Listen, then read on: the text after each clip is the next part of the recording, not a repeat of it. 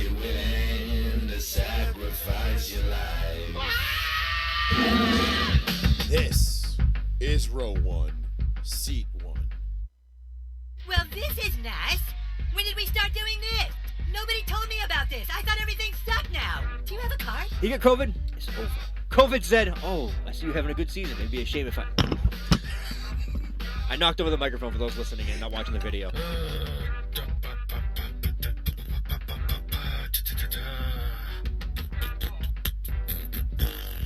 I think Sean could pull off the hair. I think he could definitely pull off the hair. Not the color. But not the color or the thickness. Maybe the thickness. All of Cam's passes from this past game at Buffalo, nothing was further than 20 yards on the field. Everything was 19 yards and below. Why? What? I've never shot heroin before, but I can probably figure it out. I've seen the people that do, and they're not that bright. It's never happened in Belichick's career ever? Ever. This is a never thing. Yes. Okay. All right. Well, welcome back, ladies and gentlemen. Thank you all for joining us. I am Joey Fetz. With me, as always, Mr. Sean Betancourt. Darkness is taking a brief leave of absence from the show, so he will not be joining us for the next several weeks. But we will have, a rotating panel of third people in, just, filling in here and there, doing what it takes to keep the show alive, baby. I was really pushing for PJ Pukaki. PJ Pukaki? I was really pushing for my man. You were really pushing for your man there? Well, 774-992-8702. That's the phone number if you want to give us a call. If you want to check out audio only and you don't want to listen to us just on Facebook and you want to be able to listen to us and not type your phone on Facebook, click on that link that I have pinned at the top of the comments section, www.mixler.com/Joey-Fats. You can get all of our shows there. All of them. As well as get us on Spotify, Apple Podcasts, and you can check out row1seat1.com. Be sure to give us a like and a share, obviously. It's good to be back, Sean, on the guide. We're back home after After a brief, mild banning. A brief restriction for a meme I posted several years ago. And then your boy was banned and is currently still banned. Yes, Sean so is... So I can, as the general in the mud chat, so to speak, every week, I cannot respond to anybody tonight. I apologize. I can no longer like, share, do anything. I'm banned on Facebook right now for posting copyright infringement material, which is total bullshit. But that's besides the point. Facebook's going to lose that battle in the long run. We just got to stick it out. We're trying to move away from Facebook anyway. We're going to be going live on YouTube, Instagram, Twitch, a few different other platforms. Facebook owns Instagram, sadly. Right, but if you, whatever, who cares if it's Instagram? I don't give a shit. Yeah. But no, I've never watched a video on Instagram Live anyway. Neither have I. It's too long. It is what it is. But Twitch and YouTube will be the two big ones that we'll be moving over towards in the next couple of weeks as we get this thing rolling and get going. But good to have you, Sean. We got a great show lined up here for you guys tonight. We got a lot to get into. We've got to get into some NBA playoffs. We do. We've got to get into the Knicks and their hatred for Ice Trae. We've got some video for that. We've got a little bit of insider information, perhaps, that was spilled on Aqib Talib's fantastic Catching Fades podcast by none other than Bronco safety Kareem Jackson. So we got audio for that. Talib is such a media goldmine. He is a perfect person to have outside of football. Like he really is. He is the next Deion Sanders of he will be on TV forever with like his charisma, his speaking ability, his ability to just brighten up the room and always seem like he's laughing and having a good time. Mm-hmm. And like you'll never know what he's gonna say. Anything he can say is completely off the wall, and you'll be like, man, only Talib would say that. And I missed him in New England, man. When he went to Denver, that really sucked. But he was so enjoyable here in New England. I never understood why he didn't do as well as he had in New England and Denver that he did in Tampa Bay. I don't understand that. Yeah, no, he was great in Denver. He was an absolute juggernaut in Denver, and he was great. I even had a friend tell me she passed away since, but she was a good friend of ours from work. And she told me when Aqib Talib signed in Denver, she's like, "You're gonna love him. You're gonna love him. Like his media spots are the best. He's super funny. You're gonna love the way he talks. Like you're gonna love everything about him." And he is just that. His podcast is awesome. Catching Fades. You can find it on like Spotify, Apple, all the regular stuff. This is a shameless plug. We have nothing to do with it. Nope, not at all. It's just a really good football podcast if you like talking football and you like football from guys who know football. And it's kind of fun to hear, guys talk off the cuff. Yeah, absolutely. About other guys and especially like this Kareem Jackson, Deshaun Watson thing. And what I'll say about Talib really quick, he had a crazy, great one-liner here in New England. And he said, he was asked a question about stats, like, hey, how do you feel about the Patriots' defensive statistics to this point? And he said, listen, I'm going to tell you something. He goes, the people that bang statistics are the same people that read sheet music and don't listen to the music. And I was like, man, that is a creative-ass analogy I never would have thought of. Like, that's that off the cuff though. yes. Like, and right on a whim. Like, Yeah. like he thought that up immediately. So he's a great listen. If you want to hear some outrageous stuff and you want to just find like a funny former player to give you his opinion on things, he's connected. He still knows a lot of guys, a lot of agents. People still talk to him all the time. He goes on a lot of sports shows. He's very much connected. So if you want to listen to some stuff, he's got the answers for you. he definitely does. We'll get into that. We'll get into Julio Jones, Sean. Oh, Breaking your heartbreaking. poor little heart going over to the Titans. Heartbreaking. You must have been devastated. I saw this and I was like, I was that little kid gif where he's just like sitting at the kitchen table and just knocks over everything on the table and just goes back to just sitting there. I was so pissed. It's like, oh man, it's like finding out like, someone was selling a car for like $10. Like, who gives a shit? The car's $10. Of course you're gonna buy it. Right, it's it's a a car. $10 car. Who cares? It's Yeah, the wheels could fall off in 2 weeks. It's worth the investment. still a $10 car. Oh my god, So Julio goes to the Titans. We'll get into that. We'll get into Brooks and Bryson. Love the this. drama heating up. We'll get into the match coming up on July 6th. Oh. Phil and Tommy. I might actually watch golf. Oh, we should do like, hopefully, you know what I'm hoping for is like it's a rainy July afternoon here in New England. Go on. So we don't have to feel bad about sitting in the house on July 6th okay, I and see where you're watching, going. a golfing event. I thought you Because were gonna say we should fly there. no, Like, if it's nice and it's like, warm out and you're you like, feel guilty about sitting inside. yeah, I don't want to. I don't really want to be sitting in the house and Yeah, I hear you. wasting the time. But it is what it is. You got to do what you got to do. But we will be watching it July 6th. Tommy and Phil versus Bryson and A-Rod. You've got the great All-American Tom Brady, who is one of America's great heroes, versus Aaron Rodgers and Bryson DeChambeau, who just hit bombs, bro. Like, they go to the driving range and they make, like, I went to the driving range today and I was piping them out there like 290, 300 at Caddyshack today, and that's the first time in a long time I've done that.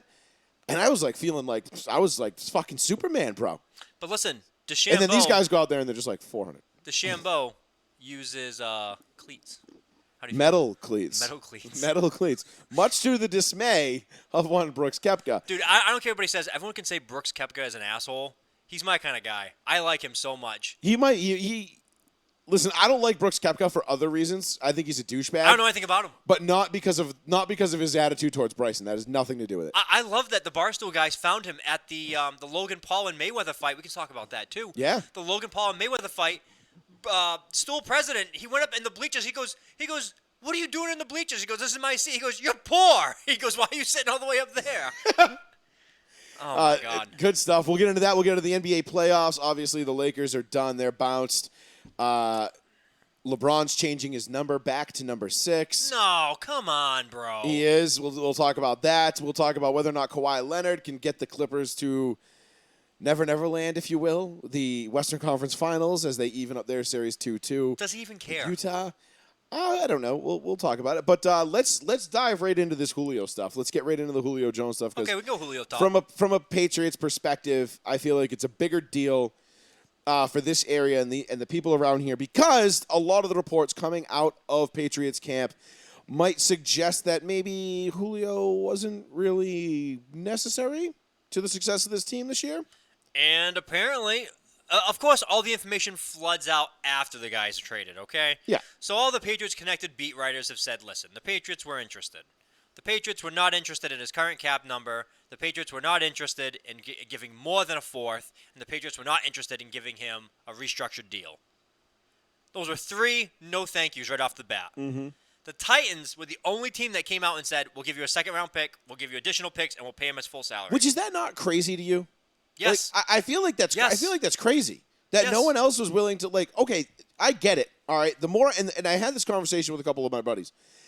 And I said it's crazy to me that Julio Jones would only be worth a second and a fifth. Yes, exactly. Granted, I know he's aging. Who cares? I know his contract is a bit of an albatross. Is it, though? It isn't. Not with the cap number jumping up next year like it's going to. Precisely. But it just goes to show you how much NFL teams value their draft stock. It I mean, boggles my mind. It's not the draft stock, though, not to cut you off. It's not the draft stock. It's also the economic impact of how much little they can pay these rookies. Teams are viewing, if you think about it this way, teams are viewing, I'd rather have a rookie who might not turn into anything for little money as opposed to a guaranteed future first-round Hall of Famer for $30 million. for $15 million for 1 year. Or, 30 for 2, whatever. Or 30 for 2, but he's not going to play for that second year. But yes, Right. to me, as me and you sit here across from each other, there's 53 players that you can have on your roster, 40, whatever they put it at, 46, 47 on active game day rosters now. How don't you have this man? This man is one of the all-time greats from the 20 to 20 on the football field. I've said this many times. I said it even if it was a Patriot. He's an overrated end zone threat. Between the 20s, though, he is one of the most dominant. As a red zone threat, you would think Julio would be one of the better ones, but weak. Very weak. I don't know if that was just a product of the way Atlanta used him or if it was just maybe his skill set. But it's him.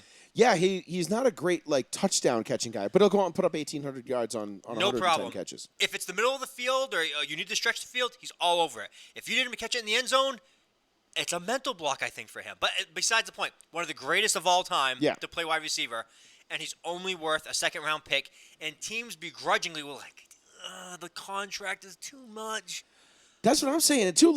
Teams like Indianapolis, teams like San Diego, L.A., the Chargers, even Jacksonville, teams with young rosters that could use the talent, especially Indianapolis. The veteran leadership. I think I'm more surprised. Indy, not only did they not go after him as hard as I felt like they should have, they allowed him to go within the division. Didn't even ask. Didn't even call. And that's crazy to me. Didn't even call. Pat McAfee, whatever. McAfee. I'm never going to get that right. Pat called up. Pat knows Ballard. Pat McAfee. I'm sorry, McAfee.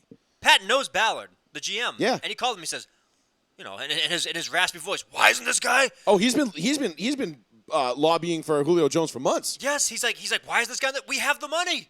We have the money. Mm-hmm. He's like, why wouldn't you? You have an aging T.Y. He goes, sure, Julio was hurt last year. Sure, but he goes, every other year besides that, Julio's played and put up 1,500 yards almost a year annually. It's death, taxes, Julio Jones putting up 1,400 yards. Yeah, I've had him on my fantasy team for 8 years now. Yes, I know. And you just no reason I to get just rid of him. can't let him go because he's just too good. He's too valuable. And the thing with Julio is, I feel like on a team like Tennessee, where he's with the A.J. Brown and Tannehill and my chocolate stud pony, and I feel like that offense got that extra added juice that it needed. Because obviously they lost Jonnu Smith. They lost Jonnu. But I feel like they're getting what they lost with Smith, they're gaining 2 times with Julio. With experience, playmaking ability, and the ability to stretch the field. Jonnu was going to be more of a blocker, but you have Derrick Henry. How much blocking do you need with that man? You got the chocolate stud pony, bro. He's 260 pounds. Right, but you want to block for him as much as you can because when you do, that's the difference between, oh, Lord, he comes. A 1,400-yard season and a 2,000-yard season. Correct. You know what I mean? Of course. I get it from a Tennessee standpoint, but they couldn't afford Jonnu, and they weren't going to afford him anyway. They weren't going to pay him that much money. Not what New England gave him. Nope. And they go out and they get Julio Jones instead. So now you're giving Ryan Tannehill, which, I mean, don't look now, but if you look at the numbers and you compare him, Tannehill to the god Pat Mahomes in the since he signed with Tennessee. I don't like that statistic. I saw that statistic sheet too. I'm just saying. We should pull it up on screen. And if you can get it, and I'll talk for a second. I think that's a very skewed statistic. But before we get too much of a tangent on that, to go back to Julio Jones and kind of wrap that up, all the Patriots beat reporters, going back to him for a second, had said, yes, the Patriots wanted him for what they were going to pay, which was a 4th-round pick and a restructured contract. He was never going to do that, so it was pretty much never going to work out unless no other team got into it. But the rumor is that the Patriots front office believes that this team right here, this offensive team they built, which is going to be a running team first, a blocking team with double tight end sets, and they'll throw it when they need to with the young receivers they have. And they think they can move the ball effectively with Cam or without Cam. Now, without Cam leads to another topic that we'll get into right after this one. I don't want to bury the lead here, but McCorkle. What a name for that young man, by the way, McCorkle. What a horrible parent. It's a real dick move. But I think you have the stat right now, don't you? Here it comes. Yes. All right. So here Okay, it is. so here we go. This is going back to the Patrick Mahomes versus Ryan Tannehill statistic. Now, So I think this was the end of last season, end of last regular season.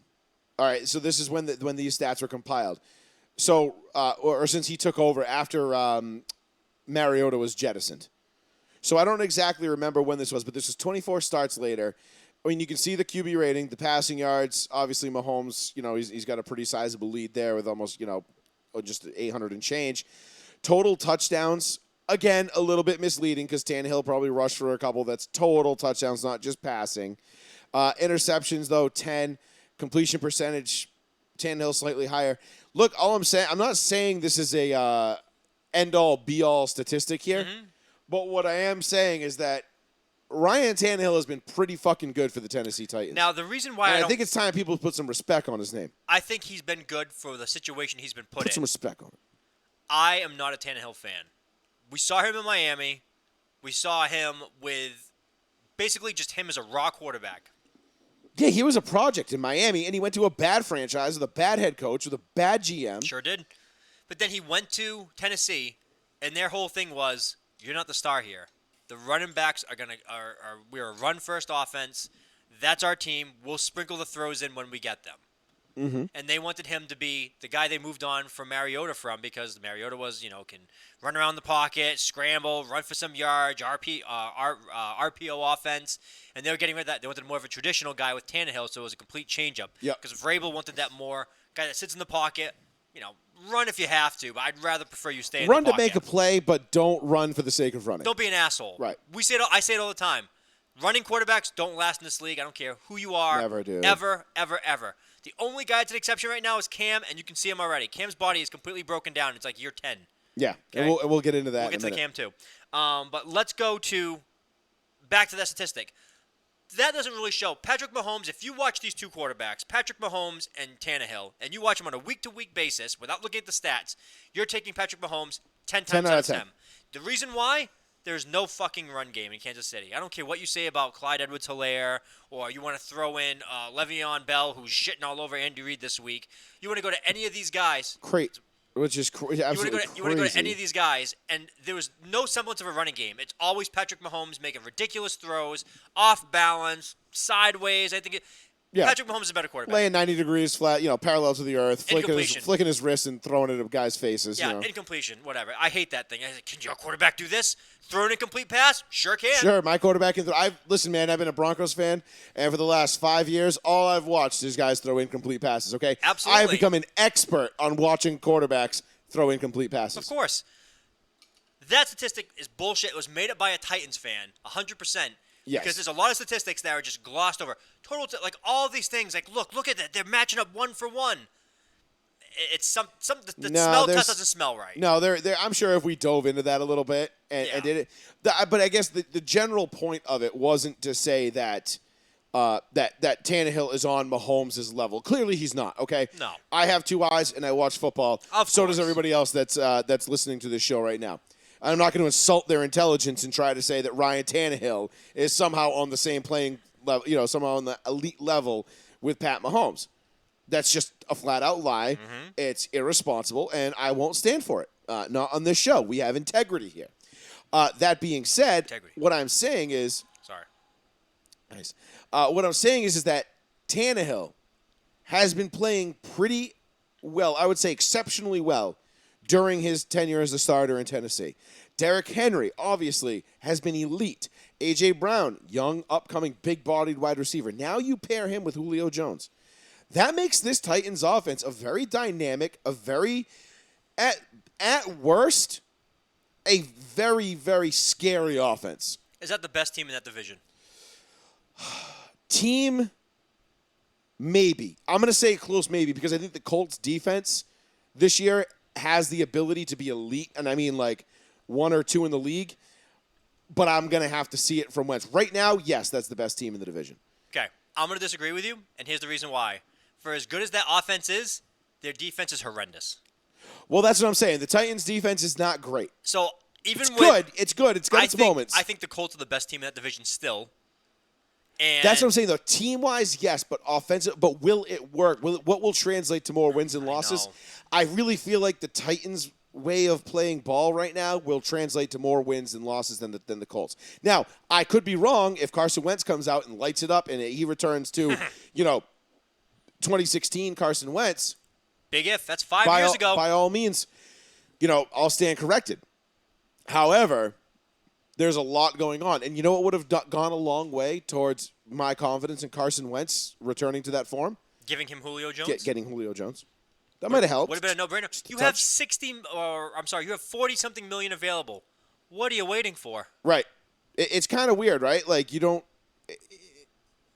I don't understand Makes no sense to me. where the Colts were at with that. I mean, don't get me wrong. I know the Colts and Vic Ballard has come out and said this in the past when he's spoken to the media and he's done these things. They're going to have a lot of their own guys to sign. I get it. Here yes. very, very shortly. But still, come on. You can't make an exception. Pay him the full $15 million you give him this year, and then in the offseason say, let's get you a brand new deal. Let's get you paid. And let's figure this out. Right. That would have been the right way to go. I would be scared of the Colts. I'm not scared of the Colts because of the quarterback.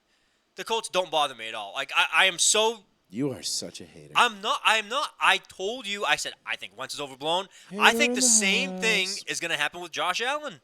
I'm sorry, I do. And until I'm proven otherwise, I'm sticking to my guns. Your Josh Allen hate is just absurd. It's logic. It's logic. That's what I'm talking about with Josh Allen. Like I know, but you hate Josh Allen to no degree for no reason. It's not even hate. I hate people that blow this man as if he's like the next coming, no pun intended, the next coming of like John Elway or the next coming of Jim Kelly. They're like, he's so good. We haven't had a quarterback that's good since Jim Kelly. It's like, well, that's not good for your team, okay? It's pretty bad, actually. Well, they had Doug Flutie, but that doesn't really count because Yeah, Doug Flutie couldn't bring him anything. He was a midget. He was like Tebow before Tebow. He was all hype and like. But I mean, Flutie could actually throw a ball though. But everyone's like, oh, he can run, he can throw, he's good looking, and I'm like, I don't know why people throw good looking in there sometimes. Like it's just like that's not a playmaking ability. Yeah, being good looking and handsome. Like if that was the case, Blake Bortles would be like all pro Blake every Bortles, year. man, He's just dumb as rocks, but a handsome man. Handsome as it gets you. I mean, he's got the jawline like so typical. Like yeah, you look at him and you're like, that man plays football. That man, hands down. He's in a Men's Warehouse commercial, and he plays football on Sundays. I like the way you look. Facts. So, keeping it on the quarterback situations, let's talk about your Patriots. Man. Because the reports coming out of New England. It's been 2 days. 2 days. There's been mini camps. There's been some stuff. OTAs. A lot of, the organized team activities, the voluntary mandatory organized team activities that guys love and loathe showing up to. Absolutely. Everything that we have seen. I couldn't find the video. I couldn't get it in time to get it clipped and put in so we could show it to you. It was on the Rich Eisen show. There was a video of Mac Jones making a throw. It's a lot of videos of Mac Jones. And just making a nice, crisp completion to a receiver. Kendrick Bourne. Boom. Nails it. And then the very next clip is Cam Newton. And he just, sails it, 15 yards outside in the dirt. And you're like... I get it. They're playing against air. I shouldn't look too much into this. But you kind of have to. Cam smashed his hand off a guy's helmet last week, so his hand could be kind of sore, and he could be going through it, and it was raining. I'm making a lot of excuses for Cam. I want Cam to be the opening day starter. It was pouring, yeah. It was pouring. I want Cam to be the opening day starter. I really do. I like Cam. I think he's a great person. I loved his attitude last year. Even though we were a losing team, I truly enjoyed watching him as quarterback. I mean, it was a nightmare at times. But I really liked watching the games, and I liked Cam. You didn't love it during the Denver game. Did not love it during the Denver game. I didn't love it during a lot of games. I didn't love it during the San Francisco game either. But let me tell you, if all the beat guys, the real beat guys, I'm talking about the Jeff Howes, the Mike Reeses, the guys the Tom Currans, the guys that are there all the time and give you an unbiased view because their job depends on it because they're almost to a point where they're independent at this point in their career. That you go to them for information because they're going to give you an unbiased opinion. If they say, I don't like the way this guy looks, it's probably because the guy doesn't look good. Nobody has had good things to say about N'Keal Harry. They're like, he just looks like another guy. which is bad news for me. Like, they're just another guy that wasted a first-round pick on, and it just Okay, sucks. fair enough. I mean, it happens. I mean, Now- don't get me wrong. There's at least one bust in every first round wide receiver pick for every draft. But in that draft, you talk about there's 7 guys taken in the first 60 picks. N'Keal Harry is the only guy that potentially is a bust of all those. Somebody was going to have to take him. And of course, it was Belichick. And it was Bill. And Bill's good. We saw that with Chad Jackson back in 2006. I really thought Chad Jackson out of Florida was going to be I did somebody. too. I thought His hands were unbelievable. I thought Denver was going to get Chad Jackson. I was extremely excited about it. Yeah, I thought he And was then gonna be they legit. traded away the pick right before him, and they got Javon Walker instead, which was like, chudge. Yeah. Short-lived experiment. Yeah, Would it have didn't work been out would have been either. great if some things had gone different on New Year's Eve in 2006, and Yeah. R.I.P. to the homie Darrent Williams. But So, all the reporters come out and said, listen, what we know and what we see are 2 different things.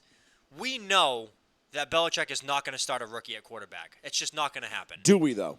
Do It's we? never happened in Belichick's history of being on a team. But that doesn't. Okay, I Ever. get that. I get that. But they were, they had Phil Simms when he was with the Giants, so that was, a little different. And Hostetler, there was. It was different. It wasn't like they didn't have. They also didn't have a top 15 pick waiting in the wings, and an aging, broken down veteran who's out there trying to sling it. And Sean, we said this last year, right? We watched Cam Newton, and we said something's wrong. Yes. Week 5 or 6, right after the Kansas City game, or right after the Seattle game. It was what was the first 3 games? It was Miami.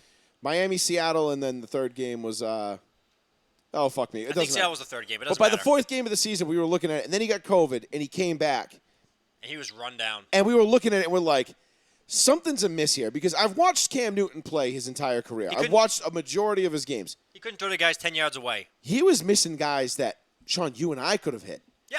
And I don't, and I'm not saying that as like to be facetious or No, hyperbole. we're I'm serious. saying like, okay, if you tell me like, hey, Joey, your life is on the line, you're gonna drop back and make this throw. This guy's gonna be wide open. I'd have found a way to get him that ball. Or at least be within a foot or 2. Or yeah, like for example, go back and watch the Denver game. Yes. And watch that 4th down play at the end of the game where he missed. I mean, there's a receiver wide open. I mean, it's a busted coverage by the Broncos. Could not get it. It was wide open, and Cam he misses it. And I don't mean misses it by like, A oh, long he just shot. missed it. No. It was like a good 10 yards. Like, Yes. it was a miss. Yes. And we said it. We said there's something wrong with Cam because we know Cam is not this bad. Correct. We knew he has his moments where his accuracy, is waning or fluctuating, and you're like, okay, well, Yeah, he's Cam's like a- not. he's like a He's not having. 58 He's not having a good day today. Whatever. So 58, fuck you. 58% passer on average. 58%-ish. He's a couple levels above Tim Tebow, but he's not Tim Tebow bad. No. That for the majority of the remainder of the season, he looked like Tim Tebow. Yep. Well, he was like a 6'5", 260-pound Tim Tebow, and you're like, ooh, like something's up, dude. Yes. Something's wrong. And now you're watching these videos out of OTAs, and you're sitting there saying, It's still not right. something's still not clicking there. No. Like he doesn't look the part, right? What did I say before?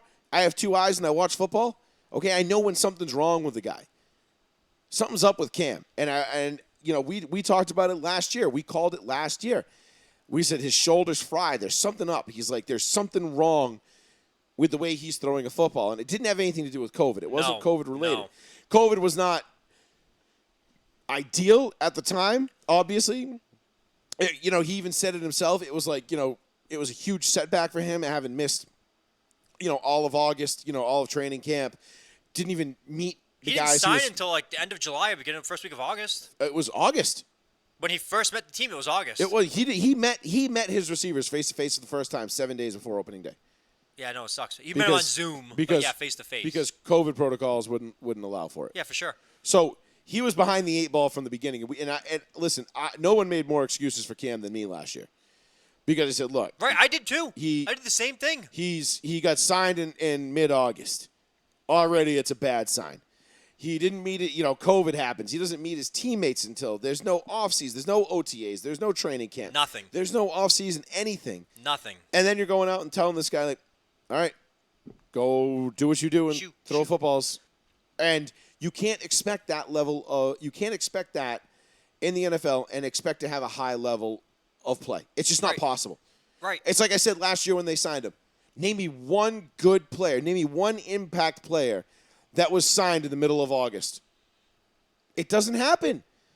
There are no. I'm sure because if we by dug, that, there'd be somebody. but by it that takes a long point, time. there's nobody good left. Everyone's signed by now. Right. You know, the only Yeah, of way course. you're getting an impact player right now is through a blockbuster trade. Even then, though, you go into the same problem. Name a blockbuster trade that happens late in training camp. It doesn't happen. It doesn't happen because the guys don't have time to acclimate. Right. They need weeks. Those guys come on at the end of the year, but you're like, oh, it's a bust. He's been shit for 7-8 weeks. Well, now it's 17 weeks, but whatever. But to go back to what we're talking about, all the reports keep saying, listen, we're not saying we know this is going to happen, but it seems like Belichick is fast-tracking, to use a racing term, Belichick is fast-tracking Mac Jones. He'll have Hoyer come in immediately after. Now, Hoyer's the fourth guy in the depth chart, by far, Brian Hoyer. Cam will go out there and start his snaps, immediately followed by Brian Hoyer. Then it'll go to Mac Jones. And then the next day it came in where it was Mac Jones goes first. And Mac Jones did everything that Brian Hoyer did. A 13-year vet. And they said, he learned. They said what happened was they heard it on the field. These are beat guys who are there, and they listened to it. They listened to all the things. They said, yes, we're nerds. We watch the practices against invisible people. We take everything seriously. I'm telling you, the Patriots' offensive guys and the coaches, you can see it in their eyes. They're, like, impressed. They said, Mac Jones, they said, this is a good defense. On paper, this is going to be a very good defense for the Patriots. They said they have a lot of stars. They're stacked at certain positions. There's a lot of belief in the Patriots organization. They're going to have a very good defense this year. They said Brian Hoyer went in there and attacked the defense and attacked them downfield because they were weak downfield. There was no Stephon Gilmore. They were young. And they moved it upfield because they weren't going to have problems up front with the front seven when they did 11-on-11 drills. They said, Mac Jones, okay, I got it. Next day went out and did the same exact thing. And then attacked it downfield, no problems, easy completions. The receivers talk about him throwing a very catchable ball. That's the same thing I keep hearing, catchable ball, catchable ball, catchable ball.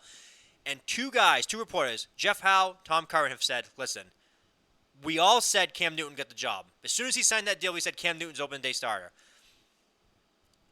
They believe there is now a chance where it's 50-50, depending on how the rest of his camp goes. Mac Jones wins this job, you are going to see an unbelievable turn of events. Belichick at 70 years old, or almost 70 years old, is going to go with a rookie for the first time in his life. That rookie must be something special in order for me to say. And he's the most out-of-shape looking dude of all time. But to that degree, Sean, again, Bill Belichick has never had a top 15 overall pick. No. At quarterback sitting there waiting. Like he's had Tom Brady since almost day one. Yes. You know, Drew Bledsoe gets hurt. Tom Brady steps in, and it's like, well, fuck, we don't have anything to do now. We got to roll with this. And Brady steps in and becomes one of the greatest of all time. And I'll get back to that Brady thing in a second. Joey Fats Radio, row 1C1. Yo. What's going on, man? Hey, buddy. What are you in a closet? Wow, I can barely hear you guys. What the hell's going on? I don't know. Are you in a closet? I hear a lot of creaking. Hello? And Keith was just standing Hello? there. Can you hear us? I can barely hear you guys. Can you hear me? Yeah, I can hear you fine. That is so weird. Sorry. I'm gonna fire that. Okay, Okay. bye. All right, to go back to the Tom Brady thing for a second, if you remember in that 2000 season, and this is 21 years ago for a lot of us, Brady beat out Damon Heward for the backup spot. Yeah. And that was a huge shock to a lot of people. It was, because everyone thought Demon Heward was going to be the guy. Yeah. Hello, darkness, my old friend. Well, hello. I don't understand what's going on, but I got crazy feedback, but we'll roll with it. We'll roll with it. Can you hear us now or no? I can hear you, but it sounds like there's aliens in the background. I don't know. I got Yeah, nothing. that happens. So, Cam Newton is not going to be your week one starter. Why? Bro, we said it last year, and I was just listening to you guys, Mhm. and we said it last year. Look at him throwing the ball. He still don't look right when he's throwing the ball in practice. Keith, The motion's wrong. The mechanics are wrong. It just don't look like Cam 3 years ago. Keith, you're right. It's not Cam 3 years ago. Cam's 3 years older. His body, the man is the biggest quarterback I've ever seen from a built standpoint. He's 6'5", 240 pounds. He's a brick fucking shithouse. He is a linebacker playing quarterback. And his body is taking a toll, and he gets hit a lot for a guy his size. Doesn't mean he can take it? Sure, but his body's not going to hold up after all those hits constantly over the years. He has always had that herky-jerky, like lean back, use your back, throw at the ball. He's always had Yeah, that. he always. Sean, you're right. He has, but his throw right now looks like Charles Barkley's golf swing. He's got like a hitch in his throw. It looks weird. It's ugly, but it works. But Keith, I'm telling you, the only thing, it's 2 days of playing against air. He's playing against air. Sure, he's missing. We're always seeing online. We're always seeing is the bad passes. We're not seeing any of the other passes he's making. Someone's showing. Yeah, but all Sean, the I'm not talking about where the ball's ended up. I'm literally talking mechanics. I know. When his you see him up there and you see him throwing the ball, he still has that dropping of the left shoulder and like hitching on his left foot Yeah. to torque his back to make the throw. You're never going to be accurate with that, and Bill's not going to put up with it if he has Mac Jones in the background. But Bill does. Already put up with- impressive. Bill likes it though. Bill had plenty of chances last year. We had Stidham and we had Hoyer last year. We had both of them. Both. Uh-huh. And there are games, we talked about the San Francisco game, the Denver game. Shit. I mean, there are so many games where you watched him and you're like, Belichick has to pull this guy. And he never did. He never Yeah, did. but we called it. He had no faith in Stid the kid Okay, why not Hoyer? Hoyer was a veteran. because he'd rather have the draft pick. No, that's not Bill. That's not Bill.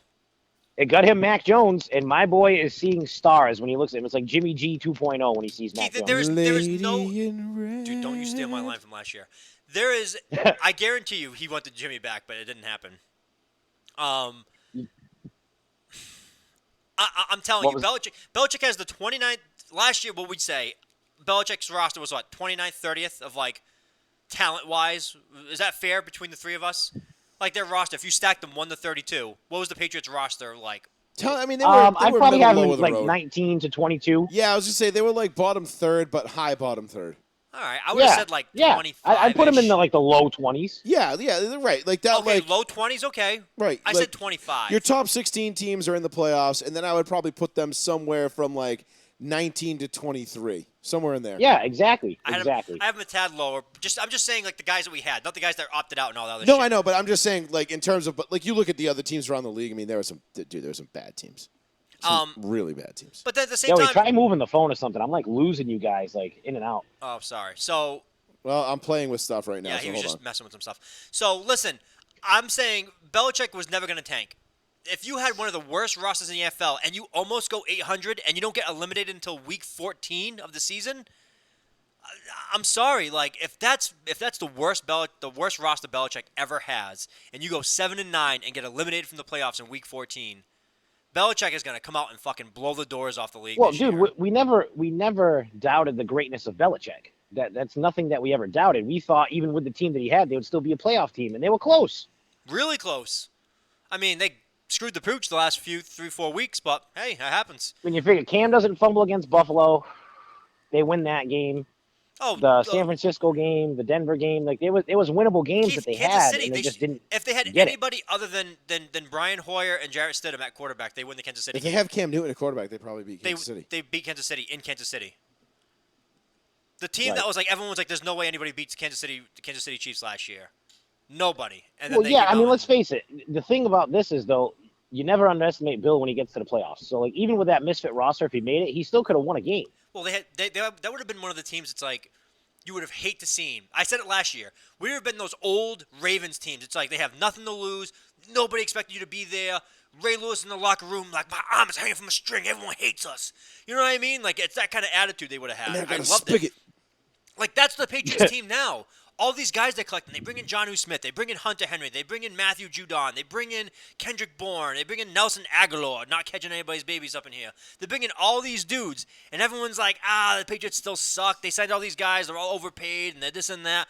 All these guys have a huge chip on their shoulder right now, and they're like, everyone thinks we're trash. And then everyone keeps telling Cam's like, we're doing it right now. Cam's not going to make it. Cam's not going to be the starter. It's already going to be Mac Jones. This team's going to play with a huge chip on its shoulder, and I love being the underdog, and like a real underdog, not like the fake Rodney Harrison. Nobody believed in us, and you're 16-0, and it's like, come on, dude. Yeah, I'm We're odds-on favorite. Yeah, everybody believed in you, but yeah, no, I feel you though. I feel you. So, Keith, you think it's McCorkle week 1? What was that? You think it's McCorkle week 1? I say between now and August 25th, you're going to see Mac Jones be promoted to number 1. Hey, you know what? As a Patriots fan, I know it's coming. I'd prefer it later because that seems to be history helps quarterbacks that wait. But if Belichick says, hey, he's ready week 1, I trust Belichick. He has my full Well, blessing think to do about it whatever he this way. wants. You got to think about it this way. What does Belichick love to do? Protect He the ball. loves to mold the guys to be his guys, right? Yes, So you but get he a fresh kid coming off of a good program with a coach that he knows, respects, and is friends with, and you're literally going to transition to what Bill Belichick wants him to be. Nope. You're going to see this season resemble the 02-03 season very much with what he did with Tom Brady. Well, 0-2 You're is going to see horrible. quick routes. You're going to see over the middle. You're going to see dump offs. You're going to see that offense come back with an exceptional running game. That's what Bill's going to bring. That's going to keep Mac Jones comfortable. That'll keep him in the starting game for the entire season. Well, I disagree about the running game. I think the running game will just be average at best. But I Patriots? think, yeah, but Oh, boy. but I think you're dead wrong on that one. I think the tight ends are what's going to be Mac Jones is because what do you do when you've got Hunter Henry and Jonnu Smith and you've got a rookie quarterback? What's every rookie quarterback's favorite safety blanket? Their tight end.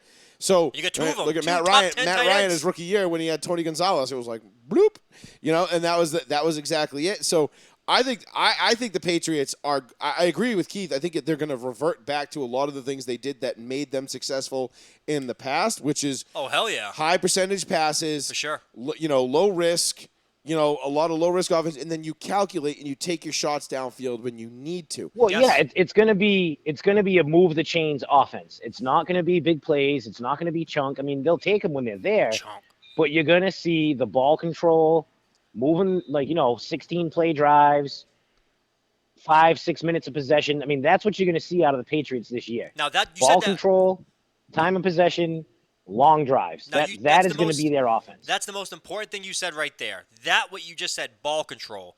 Belichick, above anything else, covets security.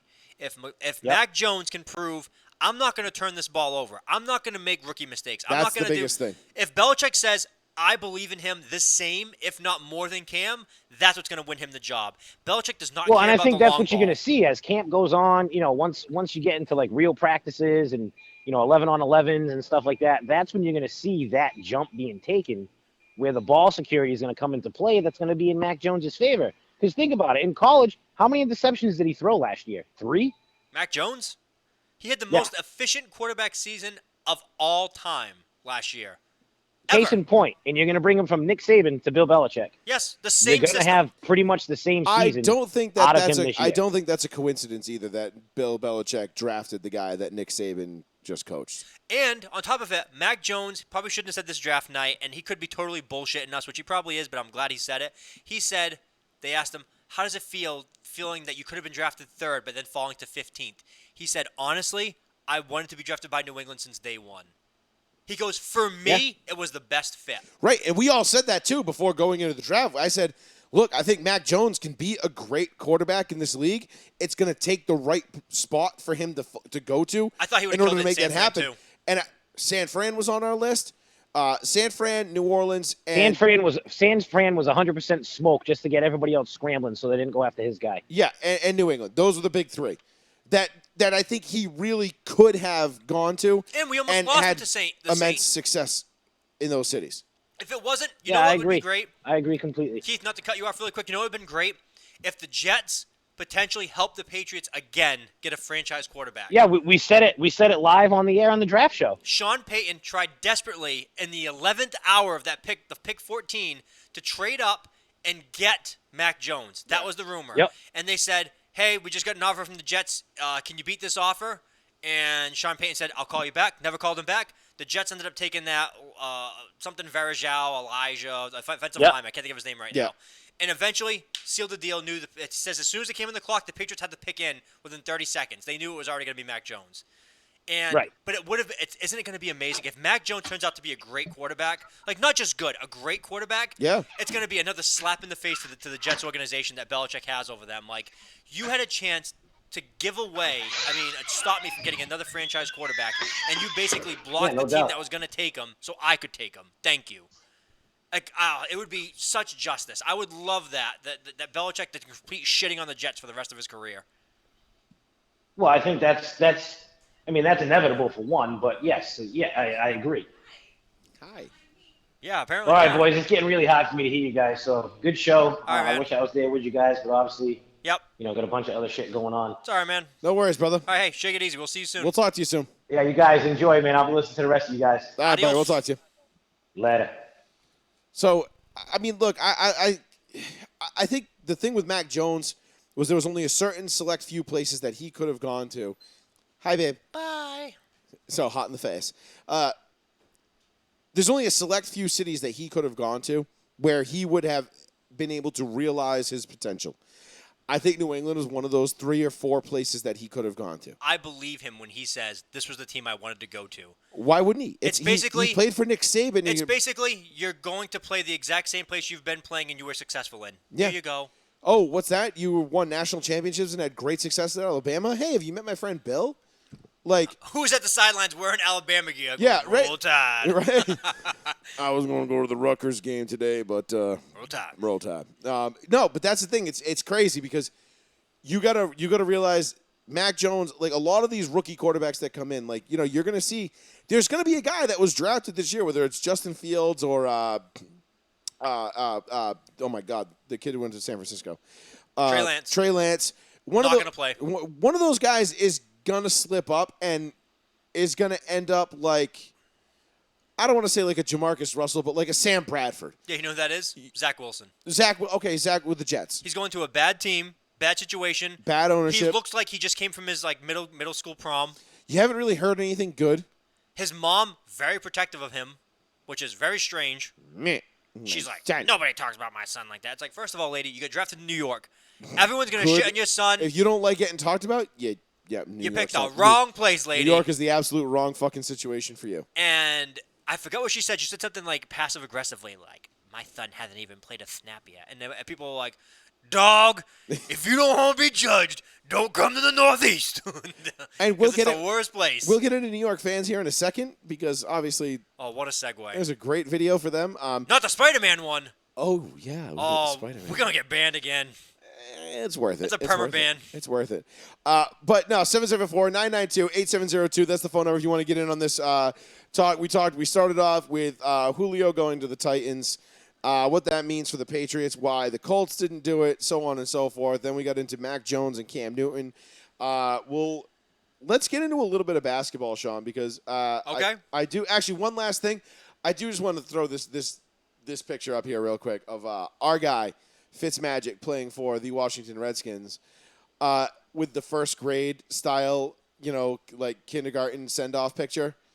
It says, Ryan, first day of year 17. My teacher is Mr. Rivera. I am 38. I'm 74 inches tall. My friends are Terry and Curtis. It is. How can anyone not love this man? How can you not love Ryan Fitzpatrick? Hey. I mean, seriously. He's done the unthinkable. He's played 17 fucking years in the league. As a journeyman. And a good one. And hey, the Fitz magic is real. For the first 6 weeks, he'll sprinkle some wins in there. Everyone's like, we're going to sign this man long term. And then the last 10 weeks, what the hell are we thinking? Every year. Why did we not trade this guy at the deadline? What the fuck were we doing? Like, we should have sold high. Every year, someone's like, I can't believe he's this good. And then the same fans, what the fuck are we doing? It's crazy. It's absolutely fucking crazy. And all those teams, what has he been on? Like 8 teams? I can't even remember anymore. He's been on a fourth. I think it's more than that at this point. He's been on a fourth of the roster. Tampa Bay. Oh, Jesus Christ, Sean. Jets. Tampa Bay, the Jets, Buffalo, Miami, the Rams, All right. Arizona? Are you ready for this? Yes, let's go. All right. So he's been to St. Louis, Cincinnati, Buffalo, Tennessee, Houston, New York, Tampa, and Miami. 8 teams. He's been on a quarter of the league. Yeah. And now Washington. Is that part of the 8? No. That's 9? 1, 2, 3, 4, 5, 6, 7, 8, 9. 9 teams. So Has this that is- ever been done before? As a quarterback? Not with this. I mean, yes, probably, but not with this like level of success. And by success, I mean Started. I mean that I take that in stride. I'm not sitting here saying like, oh my God, Ryan Fitzpatrick is the greatest quarterback. No. Pump the brakes, bro. Joey, we should look up his stats. He might be like top 25, top 30 quarterbacks of all time stats-wise because he's played for so goddamn long. Well, let's. You right? And I saw it in your face just then. You're like, you might be right. Like, shit. 17 years is nothing to fuck around with. All right, so his career, he's started 100. He's played in 165 games, 146 he started. He's 59-86-1. He's got just over 3,000 completions. He's thrown for 34,977 yards, 223 touchdowns, and 169 interceptions. Nice. Now, just to give you some comparison, 34,000 yards. That is a lot of yardage, my man. I won't pull it up, but name me this quarterback. He started 234 games, so a significantly higher number, but roll with me here. Okay. 117 is his record. Oh, jeez. I already know who it is. 4,900 completions, 57,000 yards, 366 touchdowns, 244 interceptions. I know who it is. Yeah, of course. It's Eli Manning. Yeah. As soon as Future you said Hall of he's Famer. 117, I was like, it's Eli. It's Eli Manning. I mean, I'm not saying like he's on pace. I mean, Eli's got, he's cleared him by almost 100 games. I'm trying to find somebody. Where does he rank all time in yardage passing? That's what I'm curious. What is he, like, top 50 at least? He has to be more than top 50. No one's played 17 years and not been like a top 50 quarterback. Let's It's take a look. crazy to think. I think the Google machine is pretty fantastic. So let's see. This only goes down to number 20, which is Kerry Collins at 40,992. But That's number 20? yeah, He's going to be top 30. yeah. Holy shit. Let me see. This one only go. Why does this only let me go to? See if we can go to this. That's ESPN. They probably want you to buy ESPN Yeah. Plus. They're broke. So let's see. Where is he? Ryan Fitzpatrick, number 30 on the dot. Unbelievable. Number 30 on the dot. He is. He will pass Jay Cutler probably in the first game of the season. He'll pass Alex Smith and Jim Kelly. Are you kidding me? I mean, let's be realistic here, dude. He's going to pass Hall of Fame quarterback Jim Kelly in passing yards. If he throws for 40,000 yards, 40,000. If he throws for 4,000 yards this year, Possible. that'll put him at number 23. That'll move him above Dave Craig, just under Johnny Unitas and Joe Montana. I can't even believe that shit. That's insane. Joey Fats Radio, row 1C1. Yeah, boy. Oh, God. I thought you retired. Oh, no, I didn't retire, homeboy. Hey, for Sean, my homie, I just wanted to point out that the Patriots got a guy on their roster named Bill fucking Murray. Yeah, they do. Defensive lineman, just letting you know. All right, Plizzy. I think he retired, though. Short and sweet tonight. All No, right. you should have talked. I thought Bill Murray retired, though. Oh, did you? I don't know. think he retired. It's Bill fucking Murray. Remember when I did that to you in Stop and Shop one night? That was like 14 years ago. It was. Yeah. You were like working overnights, and I was just like in the aisle, and I heard. It was like overheard you. 11 p.m. and I was like, "What the fuck?" You were talking to what was that? What was it? Metal George? Yeah, probably. Yeah, it was Metal George. Remember Metal George? Yeah, What we happened both. to Metal George. I haven't seen Metal George in a long time. He's still there. Yeah, I think. he's good shit. He is an awesome dude. But I remember we both looked at each other like, "That was awesome," but what the fuck? That was me. That was just Yeah. me. I was just dicking around.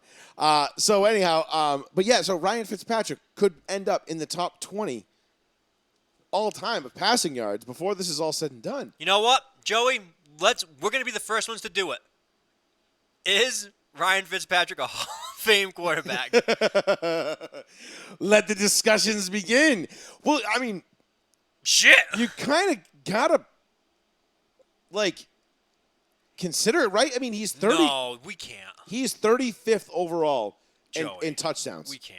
35th in touchdowns. That's crazy. All right. That's crazy. Let's see. So he's got 200. He's got 223 touchdowns. Dan Fouts has 254. Okay, so 30 more touchdowns, and he's knocking on he's in the top 25. He'll pass Drew Bledsoe, Tony Romo, Boomer Esiason, Y.A. Tittle, Len Dawson, Jim Kelly, George Blanda, McNabb, Young. This is bananas. I can't even believe this. I mean, let's think about this, dude. He's 9 touchdowns away from tying Steve fucking Young. Joey Fats Radio. Yo. Yes. All right, Doctors was right, man. You guys' phone is all fucked up. Yeah, shit happens. Well, what I could barely hear you. So since y'all are on the fucking Fitz Magic train right now. Yep. What I want to know is, being an Indianapolis Colts fan and witnessing Carson Wentz on the Eagles in Miami against Fitzmagic. Go on. Why is Fitzmagic actually better than Carson Wentz? Or why is Carson Wentz such a scared pussy? And it makes me fucking scared knowing he's rocking a Colts uniform this year, even with all the weapons and the protection that he has. I watched Fitzy fucking toss fucking 2 dope passes to Devontae Parker in the end zone, which I was sitting at, by the way, sorry firsthand, and then beat the Eagles in home on one of their worst seasons. And why was Wentz running like a scared little bitch? I'm just kind of fucking, I'm baffled right now. This has to be a row one first where Sean and Plizzy are 100%. The handshaking thing, like the fucking Arnold Schwarzenegger and what's his name? Carl. In full, yeah, Carl Weathers. Full agreement on Carson Wentz just being like all out. I'm telling you, I had the same thing. I said I'd rather sign Fitz. Sean, Plizzy, hating Carson Wentz. A tandem like never man. before. I ain't too fucking sold on fucking Wentz. I think he's like a Sam Bradford 2.0. He's got a bit of a talent, but he's made of fucking glass. You know Bingo, what I mean? bingo, 150%. I can't believe I'm agreeing with you so much. For less money, you could have had Fitzmagic probably win you more games in the first half of the season like he always does, and then, you know what, kind of rely on the defense and the running game for Indianapolis. I would have been terrified with Fitzmagic in Indianapolis. Carson Wentz, That's I'm like, what I'm saying. Fitzy's got more balls, bro. Fitzy's fucking out there to play, dog. He lays it out on he's the line got nothing all the to fucking lose. time. He's got nothing to lose. Exactly. He's like, hey, Exactly. nobody believes in me. I'm 37 years old. I'm still playing the game I love. I have a Harvard graduation, which he always talks about. And he always brings up, he's like, listen, I play this as hard as I can for as well as I can for as long as I can. And Carson Wentz is like, everybody owes me a fucking apology. I'm Carson Wentz. Nah. And it's like, That's dude, what I'm kiss saying, my dude. ass. I'm not about that prima donna shit. You know what I'm saying? Especially on my motherfucking team. But the one savior that I do have that'll set his ass the fuck straight in practice and OTAs and shit is Darius Leonard, because that's my homeboy. Leonard will come up and smack that motherfucker and tell him, hey, listen, bitch, you're on a real fucking team now, okay? We're playing. It might be You're going to Jacob. do what you're fucking told to do. It might be Jacob Eason. You shouldn't count him out. Jacob Eason has a nice arm. He played pretty well in college. So Jacob Eason. Yeah. Okay. All right. I'm just honestly, I'm more pumped on our backfield with Jonathan Taylor and Naheem Hines and shit like that than I am our Carson Wentz pickup. Yeah, and honestly, you have, I thought the Carson Wentz pickup was kind of fucking stupid. I think so too. They were scrambling for somebody better than like Brissett and shit like that and whatever. And you know, they just needed somebody to fill. So now they're going to throw this like had one good season until he got hurt and they won the Super Bowl that year without him kind of guy who showed promise, but I really don't think he's going to fucking pan out. Oh my God. I can't wait to talk to Plizzy live in person. Like, never before have we agreed so strongly on a topic. And the funny thing is I'm actually kind of baffled, Sean. You know what I mean? I feel my balls tickle a little bit right now. You know, well, that's kind of natural given the last week, but whatever. You know what I'm saying? It just is what it is. I'm just man. saying, I disagree wholeheartedly with both of you. I think the Carson Wentz deal for Indianapolis, I think it made the most sense out of everything. I mean, if Aaron, until he gets hurt Aaron, week 2, and then where are we? Right, you're right back to where you would have been anyway. Well, You know, whatever. you weren't getting Aaron Rodgers. You definitely weren't getting Deshaun Watson.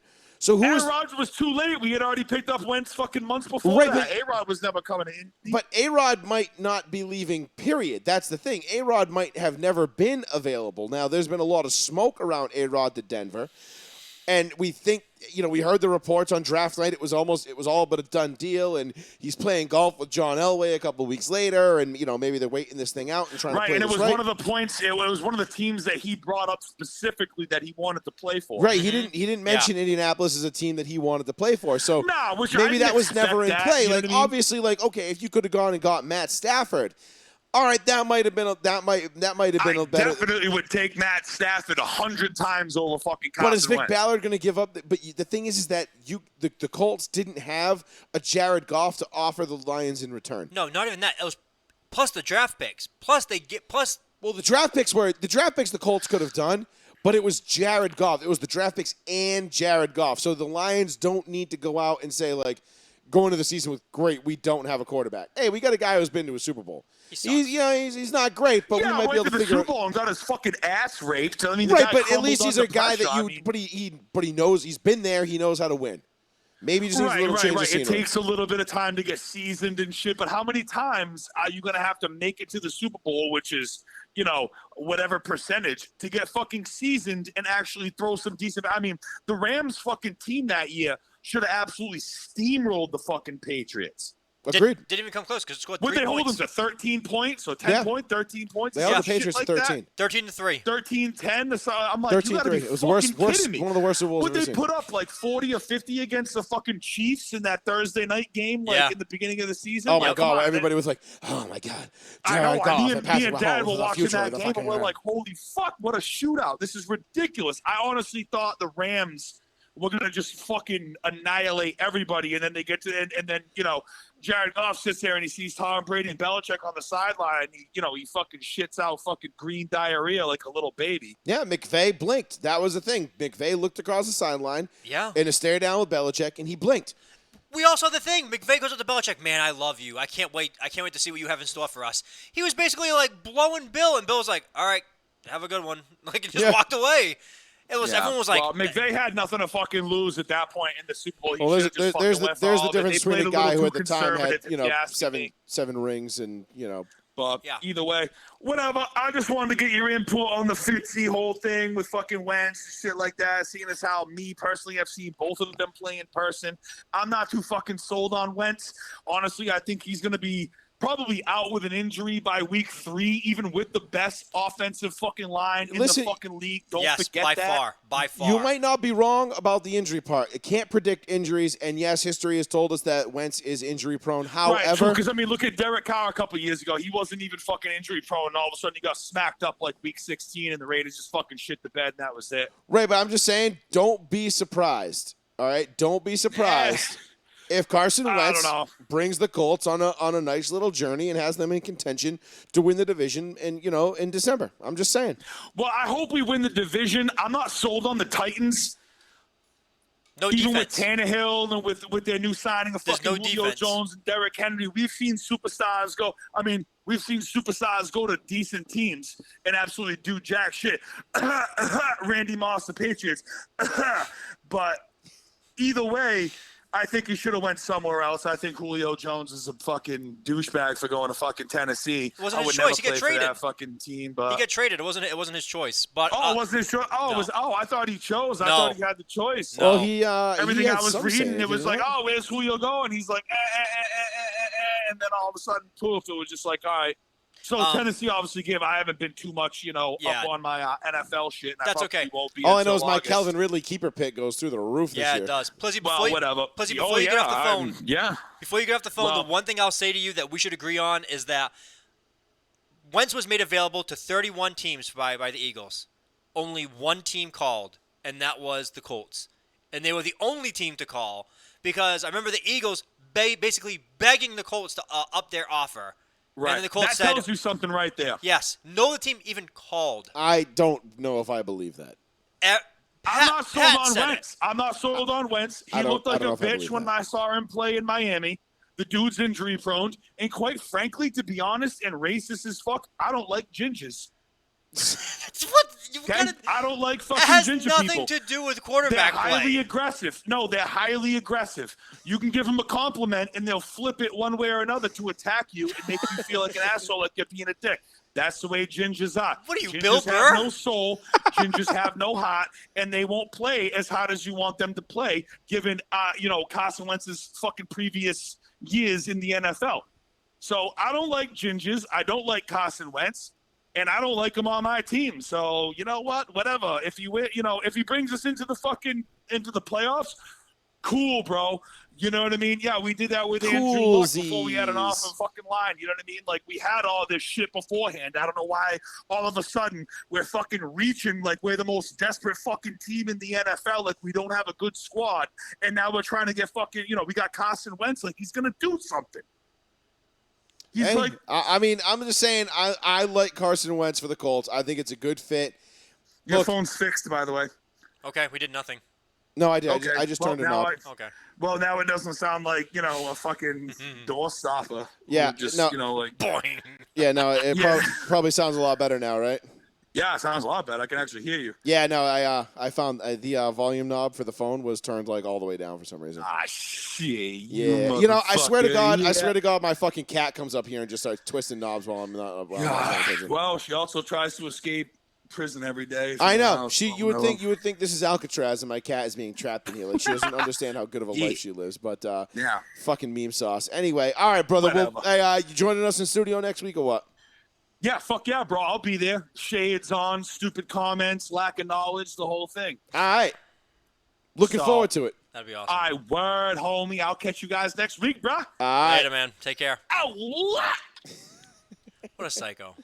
Fucking love that kid. We Love that fucking 100% agree on Carson Wentz. You guys do, and it's funny because I'm usually the one that's in agreement with one or both of you, but in this case, I'm the only one that. I don't think me and him have ever agreed. Call on a me topic crazy, ever. and you know what? This might backfire in my face.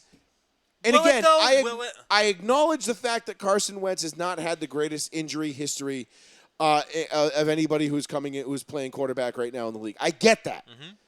But I'm just saying, if all things are equal and health aside, because we can't predict injury, okay, we can sit here and say this guy's more likely to get hurt than this guy because X, Y, and Z. Absolutely. I acknowledge that. Yep. I'm going to go out on a limb, and I'm going to say that the Colts offensive line and that offense, they're going to protect Carson Wentz.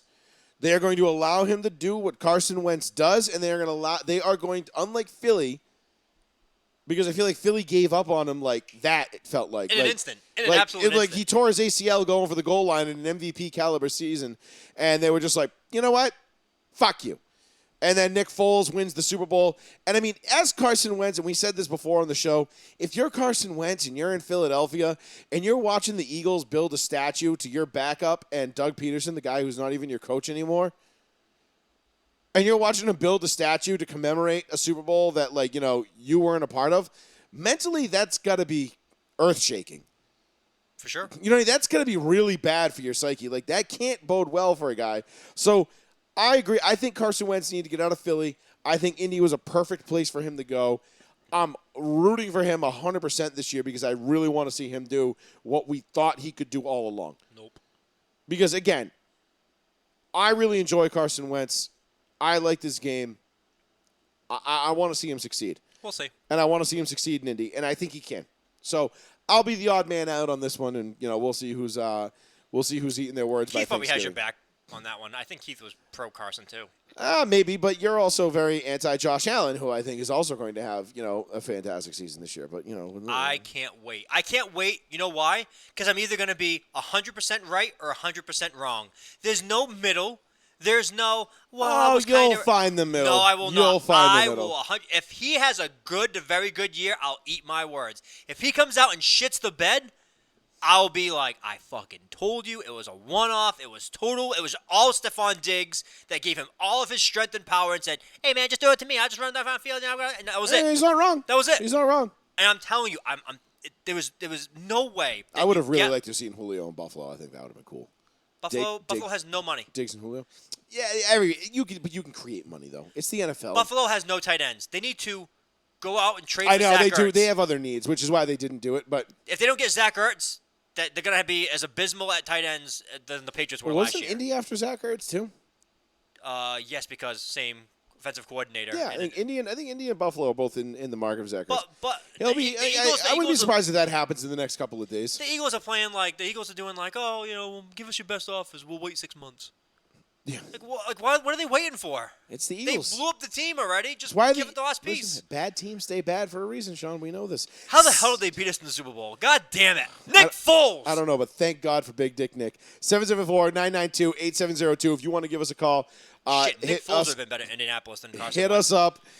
We're talking a little bit of everything right now. We're going to get into some NBA action here on this side of the hour. Oh, man, let's go. Let's kick this off. So we covered Julio to the Titans, Carson Wentz in the India. We got the AFC South. We've got Mac Jones and Cam Newton. I am a firm believer that Mac Jones will be the opening day starter. I am still on Cam. I just think Cam train. at some point during the preseason, Okay. it's going to happen, and people are going to look and they're just going to go, dude, like. Lord. And listen, Peyton Manning said it best. Baptism by fire is the way to go. You've got to let these guys go and learn from their mistakes. You can't have first ballot Hall of Fame all-time quarterback. Like, people argue is the greatest quarterback of all time. Say, oh yeah, just throw him out there, see what happens. Dude, you are It's not throw them out there and see what happens. It's throw them out there and let them either sink or swim. Because if they sink, they sink. But if they swim, they're going to be great. But this is Peyton Manning. Right.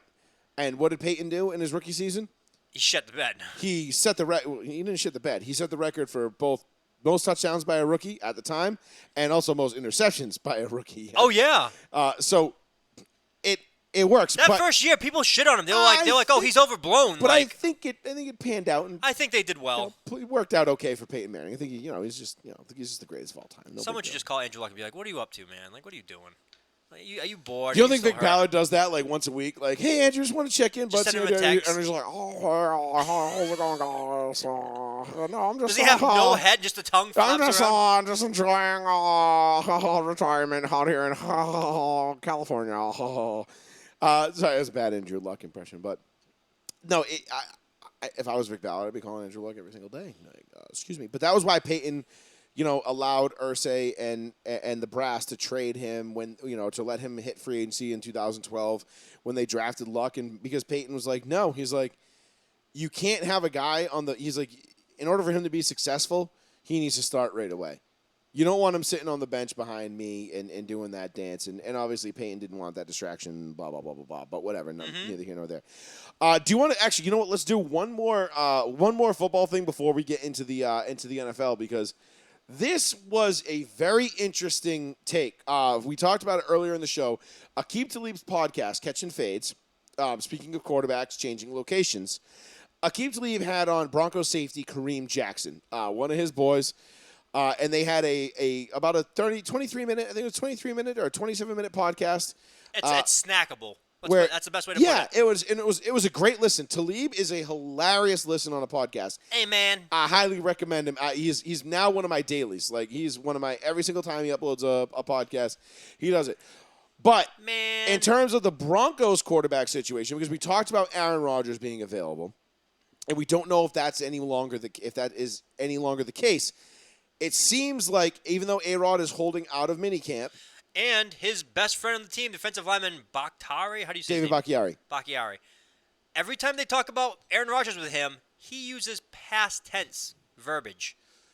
By design, Perhaps. or does he know more that he's leading on? Could be. But Talib has some other thoughts. Check this shit out. I don't know. I feel like I just know John a little bit, right? I've been around John. Right. There's vet names floating around there, man. I honestly think y'all gonna have Deshaun soon. I think y'all gonna have Deshaun soon. No bullshit. And if y'all get Deshaun, bro, y'all definitely a contender immediately. And there's no disrespect to the guys we got in that locker room, man. And It's never disrespect, man. I got on a great FaceTime call. Yeah, I got a great relationship with Deshaun. I've been talking to him the last couple of weeks, man, and like all he's been telling me is like, look, Jack, just tell him like that's where I want to be. Like that's where I want to be. I'm like, man. He see the setup, the line straight. He see the setup. He like, man, listen, that's why I want to be in Denver. He's like, and like during the time while I was going through, my little free agency thing, and then I end up signing back here. Before I signed, he called. He was like, man, are you gonna sign? I was like, I don't know. I ain't sure yet. He's like, well, let me know what you're gonna do, whatever. And I signed back. He's like, listen, man, tell him that I want to be in Denver. So I'm like, hey, man. Hey, y'all hear it, man? You know what Sean would be. Y'all hear it? Y'all hear it? We catching fades, baby. Hey, so before I let you get out of here, though. We catching fades, baby. I love Talib. I could listen to Talib all fucking day. He's awesome. He's a fucking great. He is funny as shit, dude. His analysis during the games in the NFL is fantastic. But to piggyback off of that audio, Talib still believes that Deshaun Watson is on the table for the Denver Broncos. Deshaun Watson apparently has been telling Kareem Jackson to tell the Broncos, like, hey, I want to be in Denver. Now, you have to wonder, is Denver pitching this against Green Bay and saying, look, we're not giving you Bradley Chubb, Tim Patrick, 3 firsts, a third, and a fifth, because we can go get Deshaun Watson right now. Never thought it was going to cost that much. You know what? We like Aaron Rodgers. We'd love to have him as our quarterback. However, that asking price is asinine, and we're not going to do it. So this coming out, it could be either one of two things. It could be a giant smoke screen by the Broncos. They get Kareem Jackson to go out there and, say like, hey, look. Blowing smoke. Deshaun Watson still wants to be here. And now the Broncos can look at the Packers and say, listen, bro, you don't want to give us A-Rod for a reasonable offer? He's not going to play for you next year. Who's that poker dude? Is it Phil Hellmuth? Phil Hellmuth. Staring at you like this? With the glasses on. Yeah, with the snake eye glass, just staring at you like, yo, move. Yeah. Phil Hellmuth, Doyle Brunson. The guy's Phil like, Hellmuth. what do you got for cards? I got 3 aces. You only got 2 cards. I got 3 aces. But I got 3 aces because I had one on my sleeve. But no, so maybe they're using them to pitch them off of each other or whatever and start this kind of bidding war. Yeah. And I think before training camp starts, if anything is going to happen with either of these two guys, it'll be before training camp because neither one of these teams wants to bring these guys in, with a Cam Newton situation late August. Like the fact that they're already missing out on OTAs and they're already missing out on this stuff, it starts to, I think, diminish the possibility of either one of them moving to a different team at this point. A bit. Because, again, OTA is not the biggest deal, but you want a guy in the building. You want a guy getting to know his teammates. You want a guy who's going to be able to come out and start to figure out who it is and who he's going to be throwing to, how they like, personal preference, things like that. I think the longer this drags out, the less likely it becomes. But this could just be an ultimate game of chess versus checkers here. And who's playing what, we'll find out. But as a Broncos fan, I'm telling you right now, you give me 10 years of Deshaun Watson come on. versus 4 years of A-Rod, I'm taking the 10 years of Watson. Of course you would. Watson is that kind of guy, but most people don't have the option. Would you take 10 years or 4 years? A-Rod, great. He's 37. I know Brady's still playing in his 40s, but A-Rod does not seem that committed to football like Brady does. 37. I disagree entirely. I really do. I disagree wholeheartedly. Then maybe because he's with Green Bay and he doesn't like the situation, it seems like he's disinterested. He just wants to dip out of Green Bay. Yeah. And go somewhere else. And he's going to do that next year. 2022, 2022, he will be playing for a different team. But There's no two ways about it. Correct me if I'm wrong. He's not even at OTAs. No, he's not. Which was the first move in his camp to say, move me. Yep. Joey Fast Radio, row 1C1.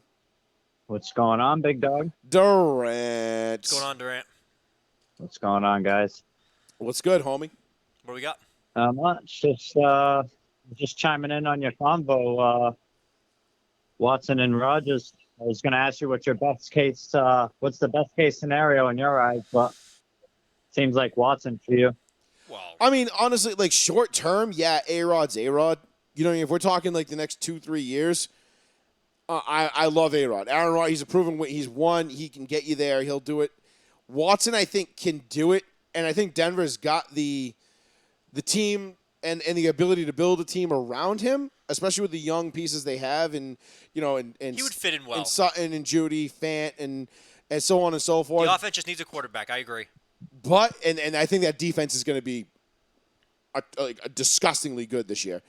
So if that's the case, where do you think Rodgers goes? He might have to eat shit, to be honest with you. He might have to. If Denver can't make a move for him this offseason, I think he might have to take the hit and either A, play for Green Bay this year, or retire. No, or do the asshole move and wait until week 8 and then come back so he can get full eligibility for a whole season. Yeah, that too. Or it has to be week 9 now because of the new 17 games. It's one or the other. One or the other. But if he does that, he basically pisses off all his fans that he's have his back for the most part. And he it's kind of a 50-50 split in Green Bay. I mean, I'm not saying I think fans are taking it personal. I'm not saying Reddit is the end all be all, but I keep my thumb to the pulse of the Packers Reddit page because I know the Packers fans hate his wife or his girlfriend. They're not happy about her. Her but Durant, I think the only other option, if Denver trades for Watson and all this seems done, I think the Packers and the Raiders would make good dancing partners in that scenario. See, I don't know. John Gruden, I don't understand at all. He talks great about Derek Carr, and then you hear rumors that he's not happy with him. But the only reason then why he talks great about him again. But hold on, hear me out. The only reason I see why that could work is because A-Rod wants out of Green Bay. John Gruden loves Aaron Rodgers. Oh Jesus, no kidding. Who doesn't? He's though? not a fan of Derek Carr, or so it seems. And Derek 50-50. Carr would actually be beneficial to the Packers. Yeah, but Yeah, all and right. to make it make even more sense, Derek Carr and Devontae Adams played together at Fresno State. I don't know if you guys knew that. I Well, did know that, but I don't think the Packers are looking at that as a. Devontae Adams has secretly said he would ask for a trade if Rodgers is not there. In a not so subtle move, he said, "If Rodgers is out, I'm out." And that's where I see the Raiders stepping in. I mean, if you can get your boy you played with at college, I think the Raiders need a true number one, and then I honestly think we're in business. What, like a package deal, Oh, like I could Rodgers see- and him? Well, I'm just saying, make a trade for Devontae Adams. Whatever. The I could cost see that is happening. what it is. Absolutely. Yeah, but then if you trade away your security blanket for Rodgers, you're basically telling Rodgers like we don't want you either. Well, I Right. don't want Rodgers. I want Adams. Right. No, But I I'm know, just I'm saying, saying, like- that would only make sense if Rodgers ended up in Denver, and then Adams was Right. like, "Fuck okay, this." move, which is kind of what we're assuming. Yeah. Right. Either that, or you're gonna have to wait till 2022. Right. Because that would be because the Packers have everything to lose by trading him now, and get everything to gain by allowing him to walk away or trade him next year at this time. Yeah, So- I'm gonna go out on a limb and say if the Raiders can find a way to lure Devontae Adams to the Raiders, we're a Super Bowl contender. I I don't think so. Not based on that defense. Yeah, the defense struggles again. We made moves on defense. We added Yannick Ngakwe. We added Casey Hayward. We I made some moves. like Solomon Ngakoue. Thomas He's a, on the interior. We added a few pieces. Not bragging about it, but but they're not. That's not even still. Even with those guys, Durant, I don't think that's a top. I'd say, and I don't even think that's a top 12 unit in the league. Maybe not even top 15. I think they're like flirting. I don't like think so. I don't think so very either. middle of the That's road, fair, like but 15 to if you can, 20ish. I mean, I don't know if you followed our defense last year. Absolutely atrocious. Yeah, they were one of the mean, worst in the league. Yeah.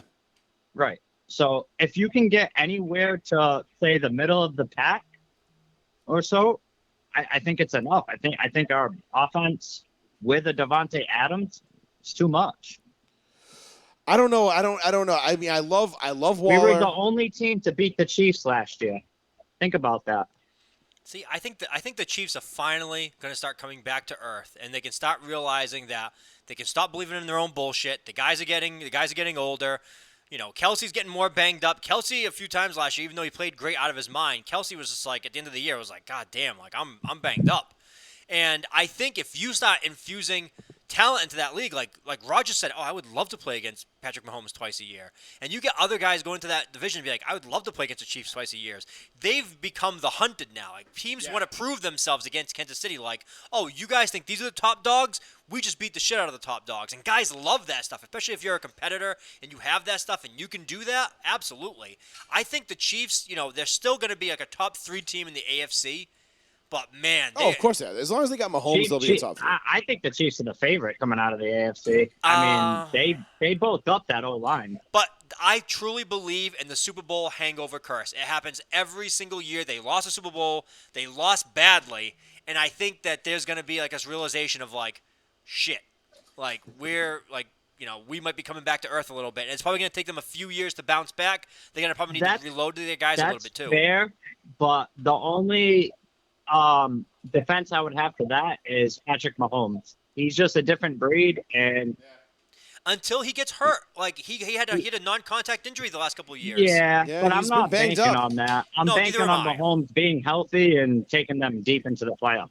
All right, but Sucks what to happens? say, but that's just what it is. And You're not, I agree. Durant, you're not wrong. I mean, No, they'll still you're be absolutely there. right. And again, just like I said, I'm not counting out Carson Wentz.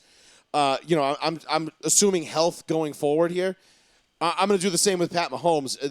But you do have to acknowledge the fact that he had the knee injury, he had the toe injury, he's been a little nicked up here the last couple years. His offensive Because counterpoint of that the too. O-line, becomes- which they addressed. No, they got rid of everybody in the offensive line. I Every don't single know if person they- is gone. And they didn't really address it. They did. They addressed They it. really did, though. They traded for Orlando backhandedly- Brown for I the don't- Ravens I tackle. don't even know They if I got love that Kyle move. Long at guard. Well, Kyle believe Long, they I signed don't like. another tackle. I Well, don't remember who, but They signed the they Patriots made Joe moves. Thuney. They signed Joe Thuney, who's like one of the better guards in the league for Yeah. a guard. They gave him the Yep. most money for a guard of all time. They brought not Chris Long, Kyle Long out of retirement. Which Kyle Long, that's doesn't what I do it. meant. Doesn't Yeah, I move the messed needle that for me up. at all. You're right. And you know what I don't like about that? Kyle Long just blew out his blew out his quad, and he said he'll be ready for game 1 of the season. Bad start where you've been retired, you get hurt, and you said I'll be back for week 1. That's not going to work. And then Orlando I Brown. mean, we all saw the Orlando Super Brown doesn't Bowl, move the though. needle for me. I mean, they were absolutely atrocious on the O-line. Patrick Mahomes was running for his life in that Yeah. Super Bowl. Absolutely. I've never seen anything like that, Yeah, to be Durant, honest. you're right. In the You're right, Super because Bowl, but they lost Eric Fisher in week 13. Yeah, like, but still, like that whole year, I felt like that was such a bullshit cop-out move. Yeah, the offensive line had a bad game. Guys have bad games. It sucks it's in the Super Bowl. But at the same time, that whole offensive line did not need to be fired because of that. It was like, come on. Like, they had a bad game.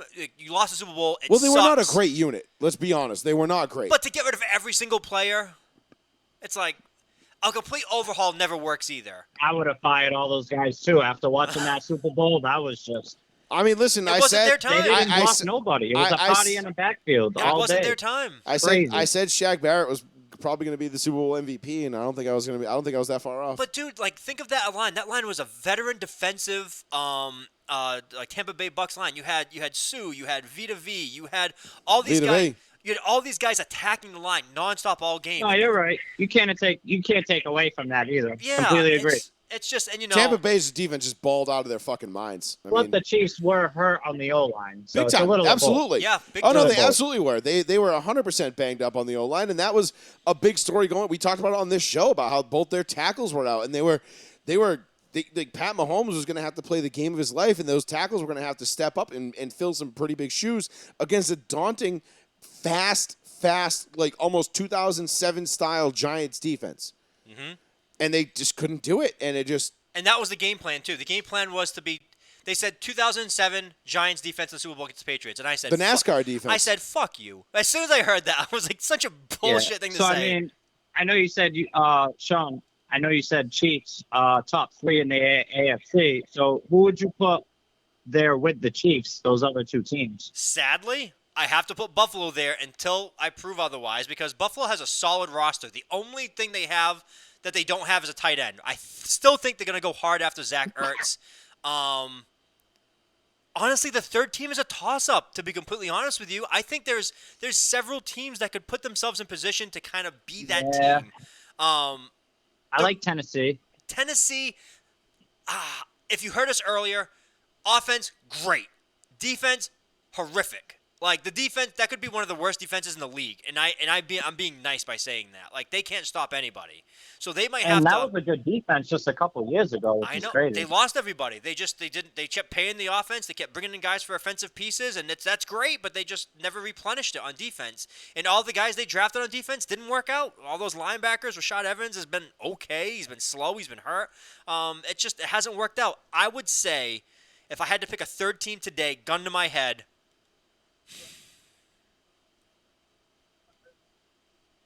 It depends who Denver takes.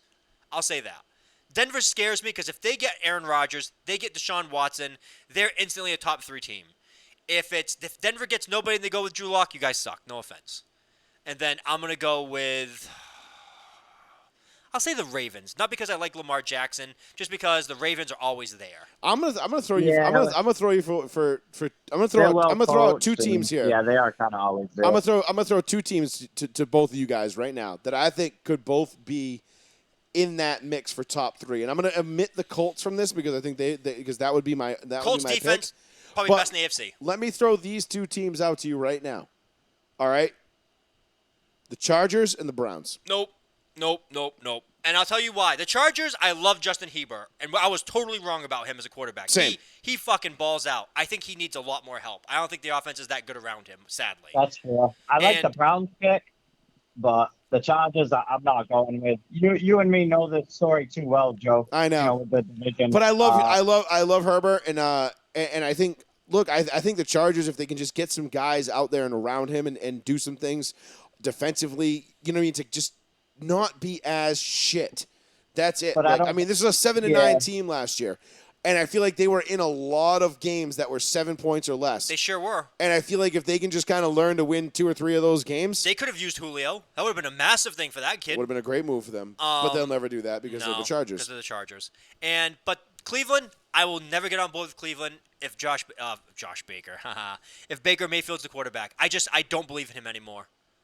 Don't have it. I don't think he's got it as He's a kind quarterback. of grown on me. I wasn't a Baker fan at first. He's grown on me a bit. He's shown some maturity, but we gotta wait and see. It's with not the him. maturity. It's not the maturity. It's not the commercials for me. It's just the play. He's very inconsistent. He's hesitant with the ball in his hand sometimes. There are times you'll just watch the Browns and you'll be like, man, they have all this talent on offense and they couldn't get a first fucking down. Yeah. And it just boggles your mind. It's like, and then they'd come out the next week against a great team and just blow the doors off of them. And I'm like, what the fuck is going on there? It's all in his head. It's all in his head. Yeah. And I just think Baker's the wrong person for the job. You give somebody more consistent there at quarterback. Hell, if you put Ryan Tannehill on the Cleveland Browns, I think I'm more scared of the Cleveland Browns. Baker Mayfield just, to me, screams inconsistent, doesn't understand the game yet. And maybe that'll change, but I don't know. Yeah, I like Chiefs, Bills, and Titans for my top 3. I mean, that's kind of, I think, the standard top 3 going into this season right now. I hope I'm so wrong on the Bills. I can't wait. I'm licking my lips, waiting for Josh Allen. I mean, listen, man. If Mac Jones comes out and balls out, don't think that New England's not going to have a shot at that division. No, I think the Patriots will be right there with them. I think the Patriots can be anywhere from 11 to 13 wins, to be honest with you, because it's a 17-game season.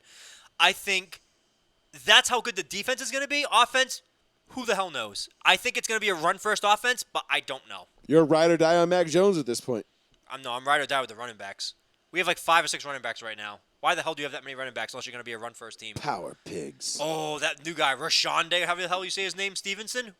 He's a thick boy. Well, Durant, we'll be keeping our thumb to the pulse of this A-Rod situation. Durant's our NBA guy. Yeah, cool, man. Let's have It was Durant. nice talking with you guys. Wait, Durant, before you go. You're the NBA guy. You usually jump into the NBA talk and lead us into that conversation. Yeah, that's true. What do you got for NBA playoff stuff? What do you want to talk about for the NBA quick?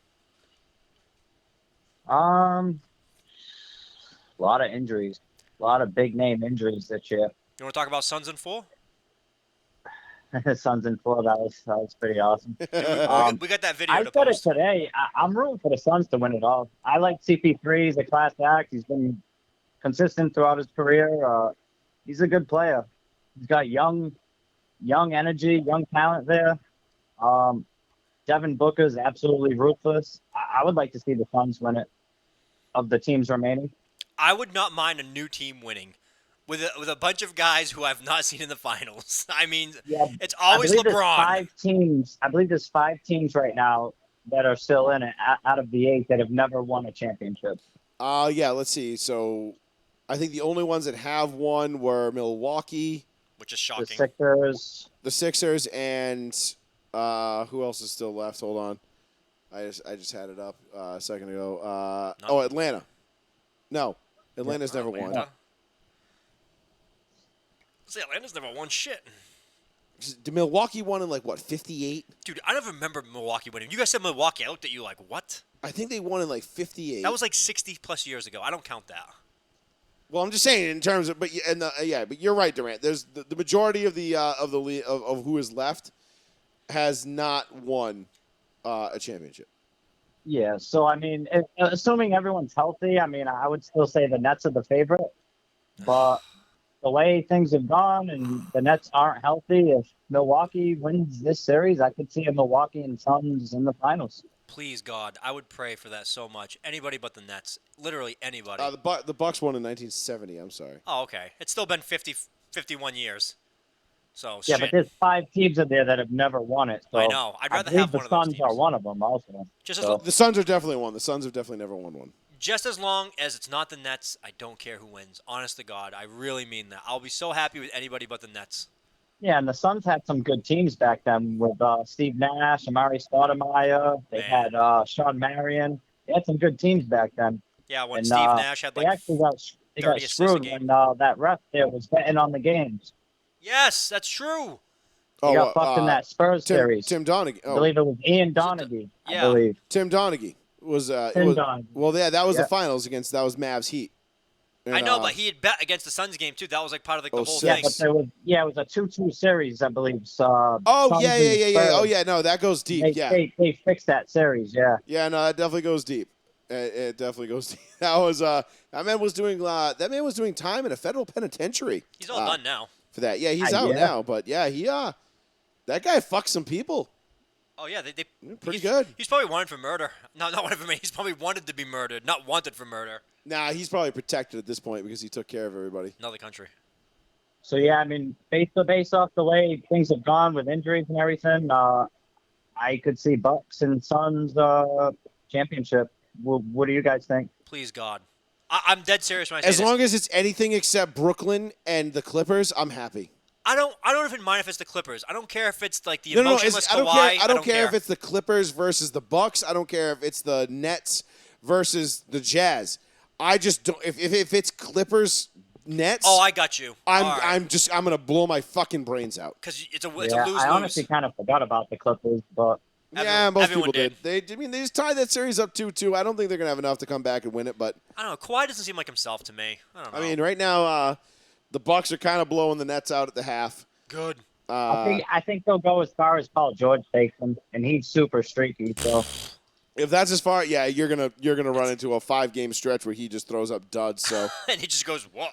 you know, playoff Paul will actually show up, and then the Clippers will just exit stage right. He's like, well, yeah, just watching the gameplay though itself, I really like how the Suns are playing right now. The Suns They are playing good are basketball. they're playing. I mean, it's debatable that the Western Conference Finals took place in the first round this year with the Lakers and the Suns. So nuts. Yeah. and to think that the Lakers were in command of that series, up 2-1, they were toying with the Suns, and then AD gets hurt. LeBron's not 100%, and that's that.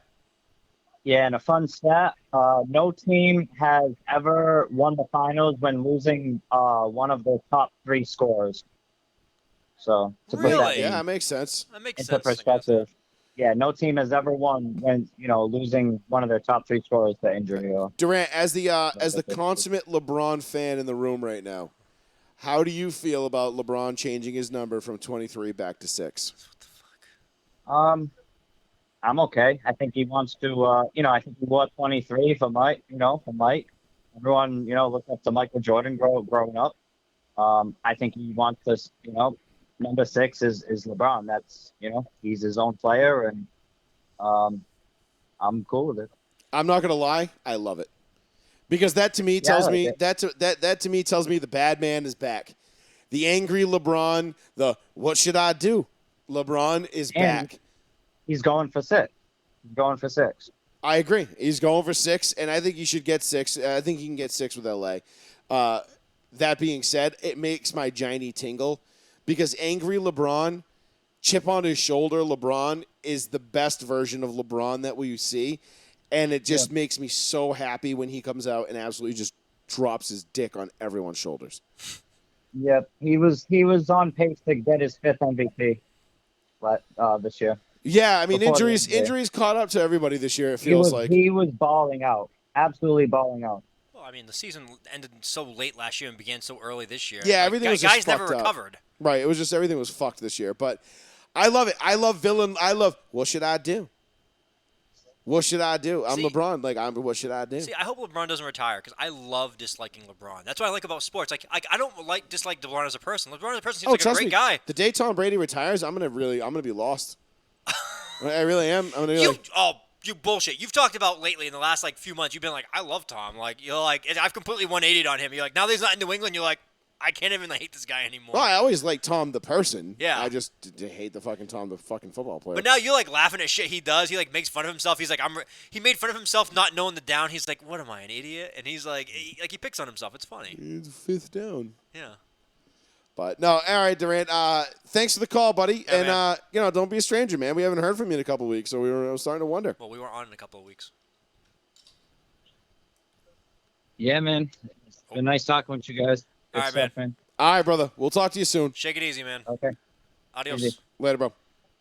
It's Good call. I love angry LeBron. It's my favorite LeBron because he's so vindictive, and then he just becomes such an asshole. And he's like, I'm gonna not only am I gonna beat you, but I'm gonna make you feel bad about it. And that's when I'm like, yes, because it's not just it's fun winning, but it's even more fun when you step on someone else's dick, and then you tell them, ha. I would have chosen throat, but okay. Whatever.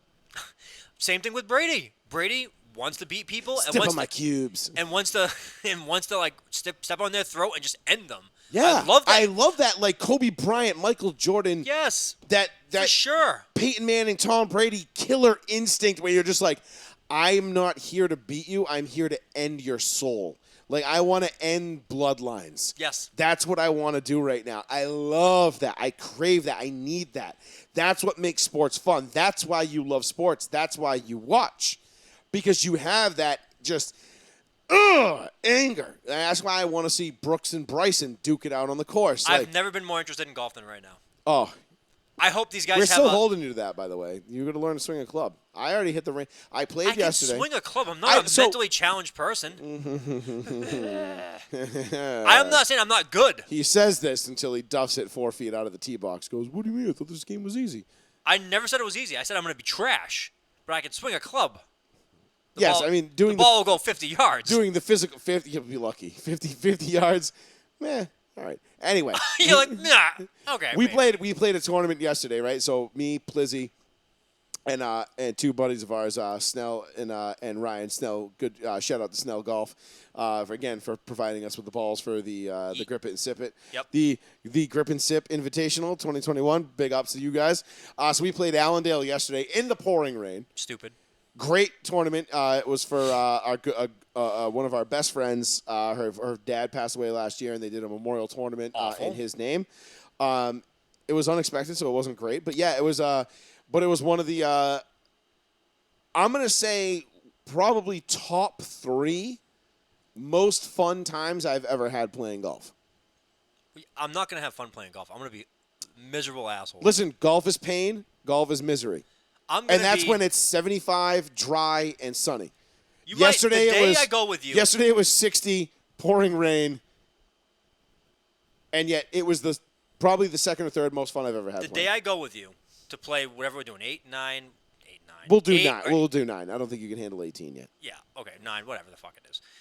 Just record the whole thing because it's first time, last time, and I'm gonna make sure that Brooks Kopica looks like one of the greatest guys on earth. Whatever. He looks like one of the greatest guys on earth compared to me. And I'm just going to be like sighing at every fucking thing I possibly can. It's going to be amusing, nonetheless. It's going to be very amusing. We got to get to the NBA. Suns in 4. We got Suns in 4. All right, let's do Suns in 4. We're coming up to the top. So this video right here, and this is as a Denver fan, I'm just going to speak to other Denver fans. I don't know the whole video. I don't know the whole thing, what happened before or leading up to this. Let's watch it first. Denver fans, just do better, man. We got to watch All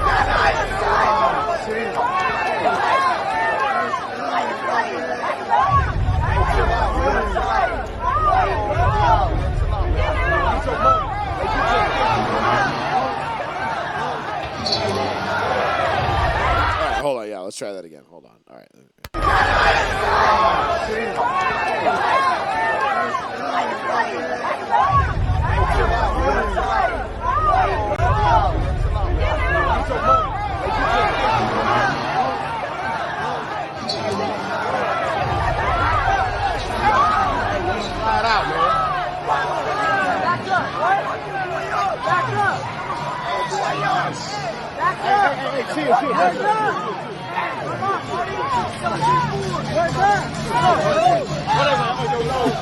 Suns in 4. Suns in 4. After he gets done tuning up this dude to no end. I love how the kid, though, he's like, they act like they're walking away, and the kid's just like, all right, I'm walking away. By the way, Denver boy was putting away his chapstick. Hard to be. My man, you have the high ground. You're caught on camera putting away chapstick, and you try to throw a sneaky punch and get your ass handed to you. And he got his ass handed to him. I mean, that dude broke his nose or ruptured his nose or whatever. Dude grabbed his chain, bent him down, and was like, Yeet. and then while he's got this dude with his left hand, he reaches out and punches the other kid in the face with his right. And he's like, you want me to keep fucking your boy up? And then he does. Suns in 4. And he's like, Suns in 4, bitch. Suns in 4. And you're like, ooh. That's a bad look. And That's a now, bad. Those kids, I don't know what like how old those kids are, but like they can't go back to school or work or wherever it is that they're going back to on They Monday. need to wear afros. And they just like put on a clown nose. Shave your pubes and put it on your face. Shave your head. I don't know, like put on a disguise, like wear one of those fake mustaches. You know, like Embarrassing. utterly embarrassing. Again, we just talked about it. We don't know the situation. We don't know what's going on. I'm going to be honest with Right, you. for all we know, that dude in the Suns jersey was being a wicked antagonist and was saying some pretty awful Stupid shit. Exactly. By the looks of this video, looks pretty poor that these Denver dudes look pretty salty about the guy cheering probably for his own team is winning and decided, I'm going to talk shit to this guy. And the guy got up and said, say it to my face. Something along those lines. Maybe those exact words. And the kid's like, let me just put this chapstick away. Goodbye! And just got his ass handed to him. He got it handed to him on a silver platter. And there's another video. I don't have the video, and I apologize. But there's another video where I guess the mascot for Denver was right above them, like on top of like a thing, and he was like a first row view like this. And then after the fight was over, he's like trying to call security, but he watched the whole thing like it was pay-per-view. Like He was just sitting there, just cheesing, like, oh man, like we're getting our asses kicked on the court, and these dudes are taking a beating on top of it. That's a bad hit, dude. When your team is getting blown out in an elimination game, and then you go in the stands and you get tuned up by the fan of the other team. it didn't even seem like the other Denver fans were like mad at the Suns guy though. They That's were just such a like bad hit, dude. It seemed like the Denver fans were like, oh, these guys kind of deserved it. Like we can understand. It didn't seem like anyone was rushing to their aid. They're like, hey. They're like, hey, knock it off. It's just a game. It's just a game. And then the guy's like, Suns in 4. And the guy was like, all right, maybe cut out the Suns in 4 shit. Yeah. Like, stop that. I mean, it's kind of hard when he's in a Phoenix jersey and he's like, Suns in 4, bitch. Like, spitting on him and shit. And like, now, ooh. for those Jesus. of you who don't know any Suns players, like Denver, Devin Booker, he's reached out and said, anybody knows who this man is? Let me know. I want to invite him to the next game and give him tickets. So he's become unofficially the mascot for the Suns. So you'll see him in mid-court. They'll have him like box like some midget or something like that. They'll have him box the mascot. Box the mascot. Or I was going to say box a celebrity. That's all the Who is rage the Suns right now. mascot? Is it just like a giant sun that runs around like a I giant think head? it really is. I feel like that would be what it was. Or it's like a guy like with his No, it's face. a coyote. It's a coyote, isn't it? Is it not a coyote? Isn't that the hockey team? Or is it the hockey team? I don't know. The hockey team is the Coyotes. Let me look it up. I don't know what this Phoenix Suns logo. It's mascot like a heat emoji, a fire emoji face with a muscular body. Phoenix Suns mascot. Oh, it's the gorilla. What? Right, yeah, it's the gorilla. No, it is not. Yeah, That doesn't even make sense. it's the gorilla. Yeah, it's the Suns gorilla. Yep, it's a gorilla. I'm dead ass serious. I was today years old when I found out their mascot was a gorilla. I mean, look at him. He's so hood. That Hold is Rilla from the Las Vegas Raiders fandom. I'm dead ass serious. That's him. That's Gorilla Rilla. Yeah. This is the gorilla. I'm pulling it up right now. No. There is no way.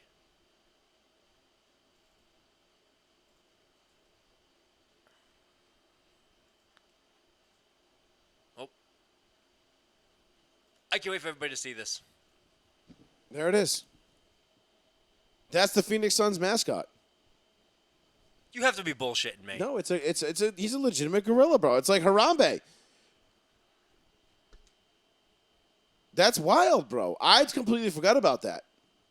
It doesn't even make sense. I mean, I knew it was some sort of animal. I couldn't remember exactly which one, but that's kind of. Wait, where do they get off? Like, who decided? You're like, hey, we're the Phoenix Suns. What should we have as our mascot? And somebody's like, gorilla. When you think of heat and the sun, gorillas in the mist. What? Was Jane Goodall a Phoenix Suns Amy, fan? good gorilla. Like, Yeah, Amy from Congo. That's perfect. yeah, I mean, that comes would, out, that would actually make more fucking sense. At least it could Enjoy talk. the game. Yeah. All the shit. Like, whatever. It'd be Sure. cool. That was fucking wild. Not as wild as this though, Sean. So this is 2 weeks old now. This is the Spider-Man Oh, New York God. Knicks video, which Before you play this, viewer discretion is advised. We do Heavily. not condone the language that is used in this video because we do not promote or otherwise endorse this video. endorse this video, But but, New York fans are wild. New York fans are fun. Take a listen. Suck my dick, Trey Young! Suck my dick! Fuck Trey Young! Yo, Trey Young looks like my dad's dick! I never saw my dad's dick! He still looks like shit! I better not catch Trey and Dakeman! Now, yo, give me a shot at it! Go New York, go New York, go! We'll be back! Is Trey Young valid? No! Fuck Trey Young! You motherfucker! I'm gonna fuck you up! Could Trey Young come to your hood right now? Hell no! I'll shoot that nigga his bald ass ass! Wow, wow! What would you say to Trey Young right now? Tell Trey Young, fuck Trey Young! Yeah! We outside, nigga! Yeah! Fuck Trey Young! Bow, bow, bow, bow! If Trey Young was here right now, I'd pull out his fucking hair! Yeah. Fuck Trey Young! Trey Young's bald! Trey Young's bald! New York fans are something fucking else, man. New York fans are something fucking else. I couldn't even believe. When I first saw that, I was like, this has to be fake. It was not fake. It was not fake. That was not fake There's at all. more to that. I couldn't find the rest of the video. It's like a 20-minute video of them just walking up and down and like talking to people. The fat kid saying he looks like my dad's dick. That was my favorite part. That was And the then highlight for me. Immediately, I never saw my dad's dick. Hey, kid, he looks like my dad's dick. I ain't never seen my dad's dick, but he still looks like shit. You're like, I'm sorry, sir. Did you just compare Trey Young to your dad's phallus? Like, He was Jonah Hill from Superbad. yes, he was. I immediately realized that he's like, oh my God, I've been outed. Hey, I ain't never seen it. But if I did, it look like that. But I imagine if my dad's dick did look like somebody, it would be Trey Young. Like, I couldn't even. And Trey Young, again, I know we talked about I'm it sorry, before. what? Trey Young loved it. oh, Ate loved it every up. second of it. Loved it. every second of it, and he's balling the fuck out because of it, and it is absolutely fantastic. I am rooting for in the finals. I want to see. I would love to see Atlanta, and fucking give me Utah, Atlanta, Utah. I think that would be fun. I don't want Utah. Two smallish market teams. You know, with Probably, a little probably bit the lowest ratings with a of all lot time. with a lot of history behind the both of them. Sure, of course. I think it would be a fun. I think that'd be a fun finals. Carmelo. I mean, if we're gonna go completely off the fucking script here, like I don't want to see Hell like yeah, why not? I don't want to see like Brooklyn, L.A. Like fuck that. I would kill myself. That's just gonna be that would just be fucking miserable. Brooklyn makes it to the finals. I hope just the TV goes out. Harden's playing right. Harden started the game right now. I don't know if he's playing any longer, but he definitely started the game, and it doesn't seem to be mattering because the Nets are getting fucked up right now. 7 minutes ago. Now, in Joey, the third, 74-57. do you believe in karma that the same foot that Kyrie stomped on the Lucky logo with, he also rolled jogging it past half court? Funny how that works, huh? Funny how that works. You stomp on a leprechaun who's known for luck, and he's like, oh, you got to step on me, eh? I don't know if he's Popeye, I guess. I don't know. That was a shitty Irish accent. Just disrespected my culture left and Close right. enough. But yes, I am a firm believer in the karma system. Yes, I believe that Kyrie got what he deserved. And For sure. yes, if the Nets go on to lose tonight, which it looks like they will, and then they lose again on what's today? Tuesday, probably Thursday or Friday, I will feel absolutely zero remorse for them bowing out in the second round. Zero. Because again, Kyrie, like I can tolerate a lot of assholes in sports. Mm-hmm. Kyrie is not one of the assholes I can tolerate. I can't tolerate him at Like all. I can tolerate Kanye West more than I can tolerate Kyrie. Kanye West is crazy, but he understands that you understand that he's crazy. And Kanye is also really, really, really exceptionally good at what he does. Kyrie's really good at what he Kyrie's does just too. really good. Kyrie is like, you can't even stand him as a person anymore. But the thing, you ever talk to anybody who like tries to defend Kyrie? They're like, "Oh, Kyrie's great. He's so good. He's so this. He's so that." No one denies that. But they're like, but all they can talk about like, well, is he's a top 3 point guard. I'm like, all right, pump the brakes. Like, Well, in the league today, I guess if no, you no, had all to, time. No. All time, they think he's the top 3 point guard. A lot of people do. It's a consensus. I thing know. now. Charles Barkley said it, and Shaq almost died. Yeah, I listening mean, to him. I'm like, I don't know. I've been watching the NBA for 30 years plus of my life. I'm like, I feel like I could name 4 people better than Kyrie Irving at playing. I feel like I point could guard. name like 10 if you give me like 10 minutes. Yeah, I mean, and I'm just saying. People are like, well, his handles are off. I'm like, okay, Who cool. cares? That's great if we're doing I don't care. and one mixtape. I mean, Escalade had handles, bro. You know, Don't care. Deep Chocolate had handles. Just kidding, Deep Chocolate. It's Deep so Chocolate's funny. Ben. I always kept calling Escalade Cadillac for like the longest time. Yeah, well, I know, but still. And Keith was like, "It's Escalade," and I'm like, "Nah, it's Cadillac." And he's like, "No, it's." I was like, "I like Cadillac." But 6-1, regardless. Ah. But no, look. I think this is I think this is a wrap for Brooklyn, which is good. Good. I would really love for Utah to pull their hand out of their ass and beat the Clippers and just end this nonsense now. Because the thing is like I still love this running joke that we have as Lakers fans. When like you go to Alexa and you say, "Hey Alexa, how many Western Conference Finals have the Clippers been to?" And then she explains to you in great detail how they've never been to a Western Conference Final, and it's like just way overstated. Like she just says way too much for a very simple. They've never been. And it just makes my day. It just makes my fucking day every single time. I'm just like, yep, fuck you, fuck the Clippers. I don't give a shit. Like, go fuck yourselves.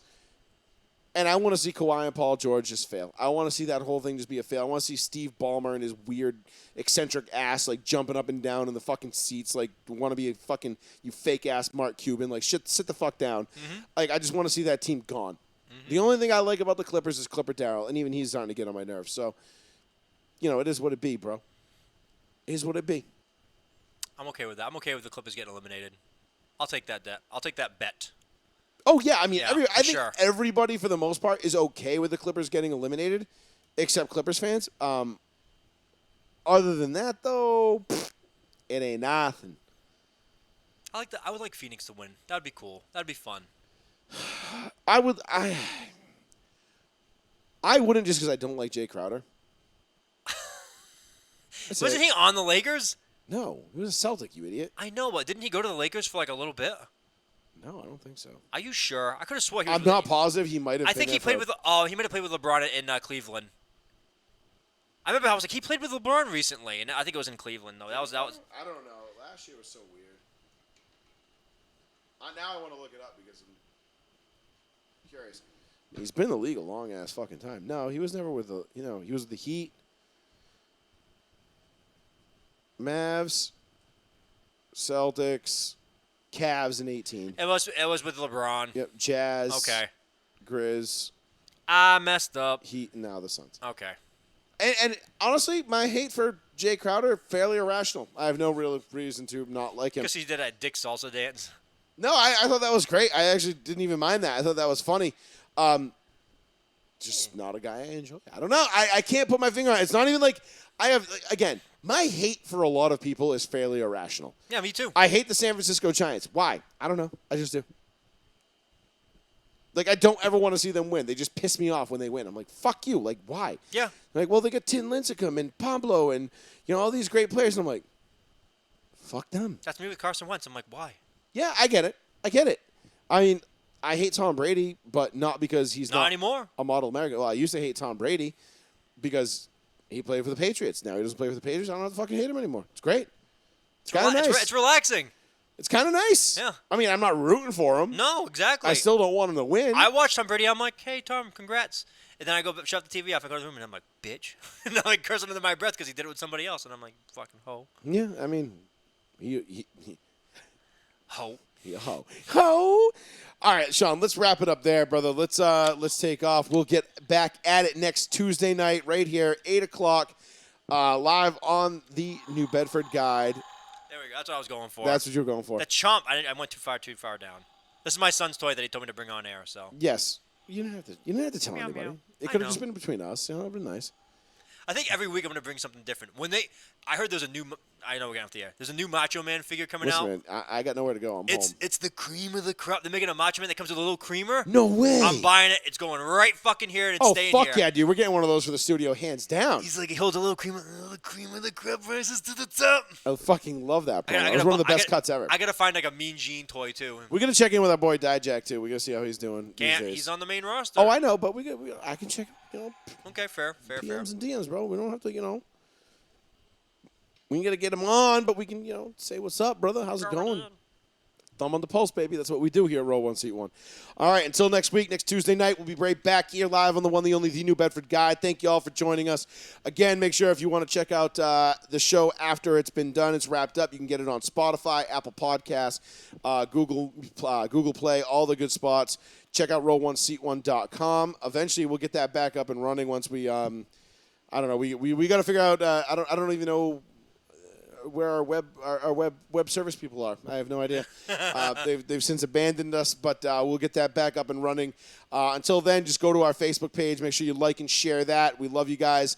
We do it all for you. That's why we do it. So peace out. We'll see you next Tuesday. Adios. And y'all just be easy, all right? And Peace. Peace.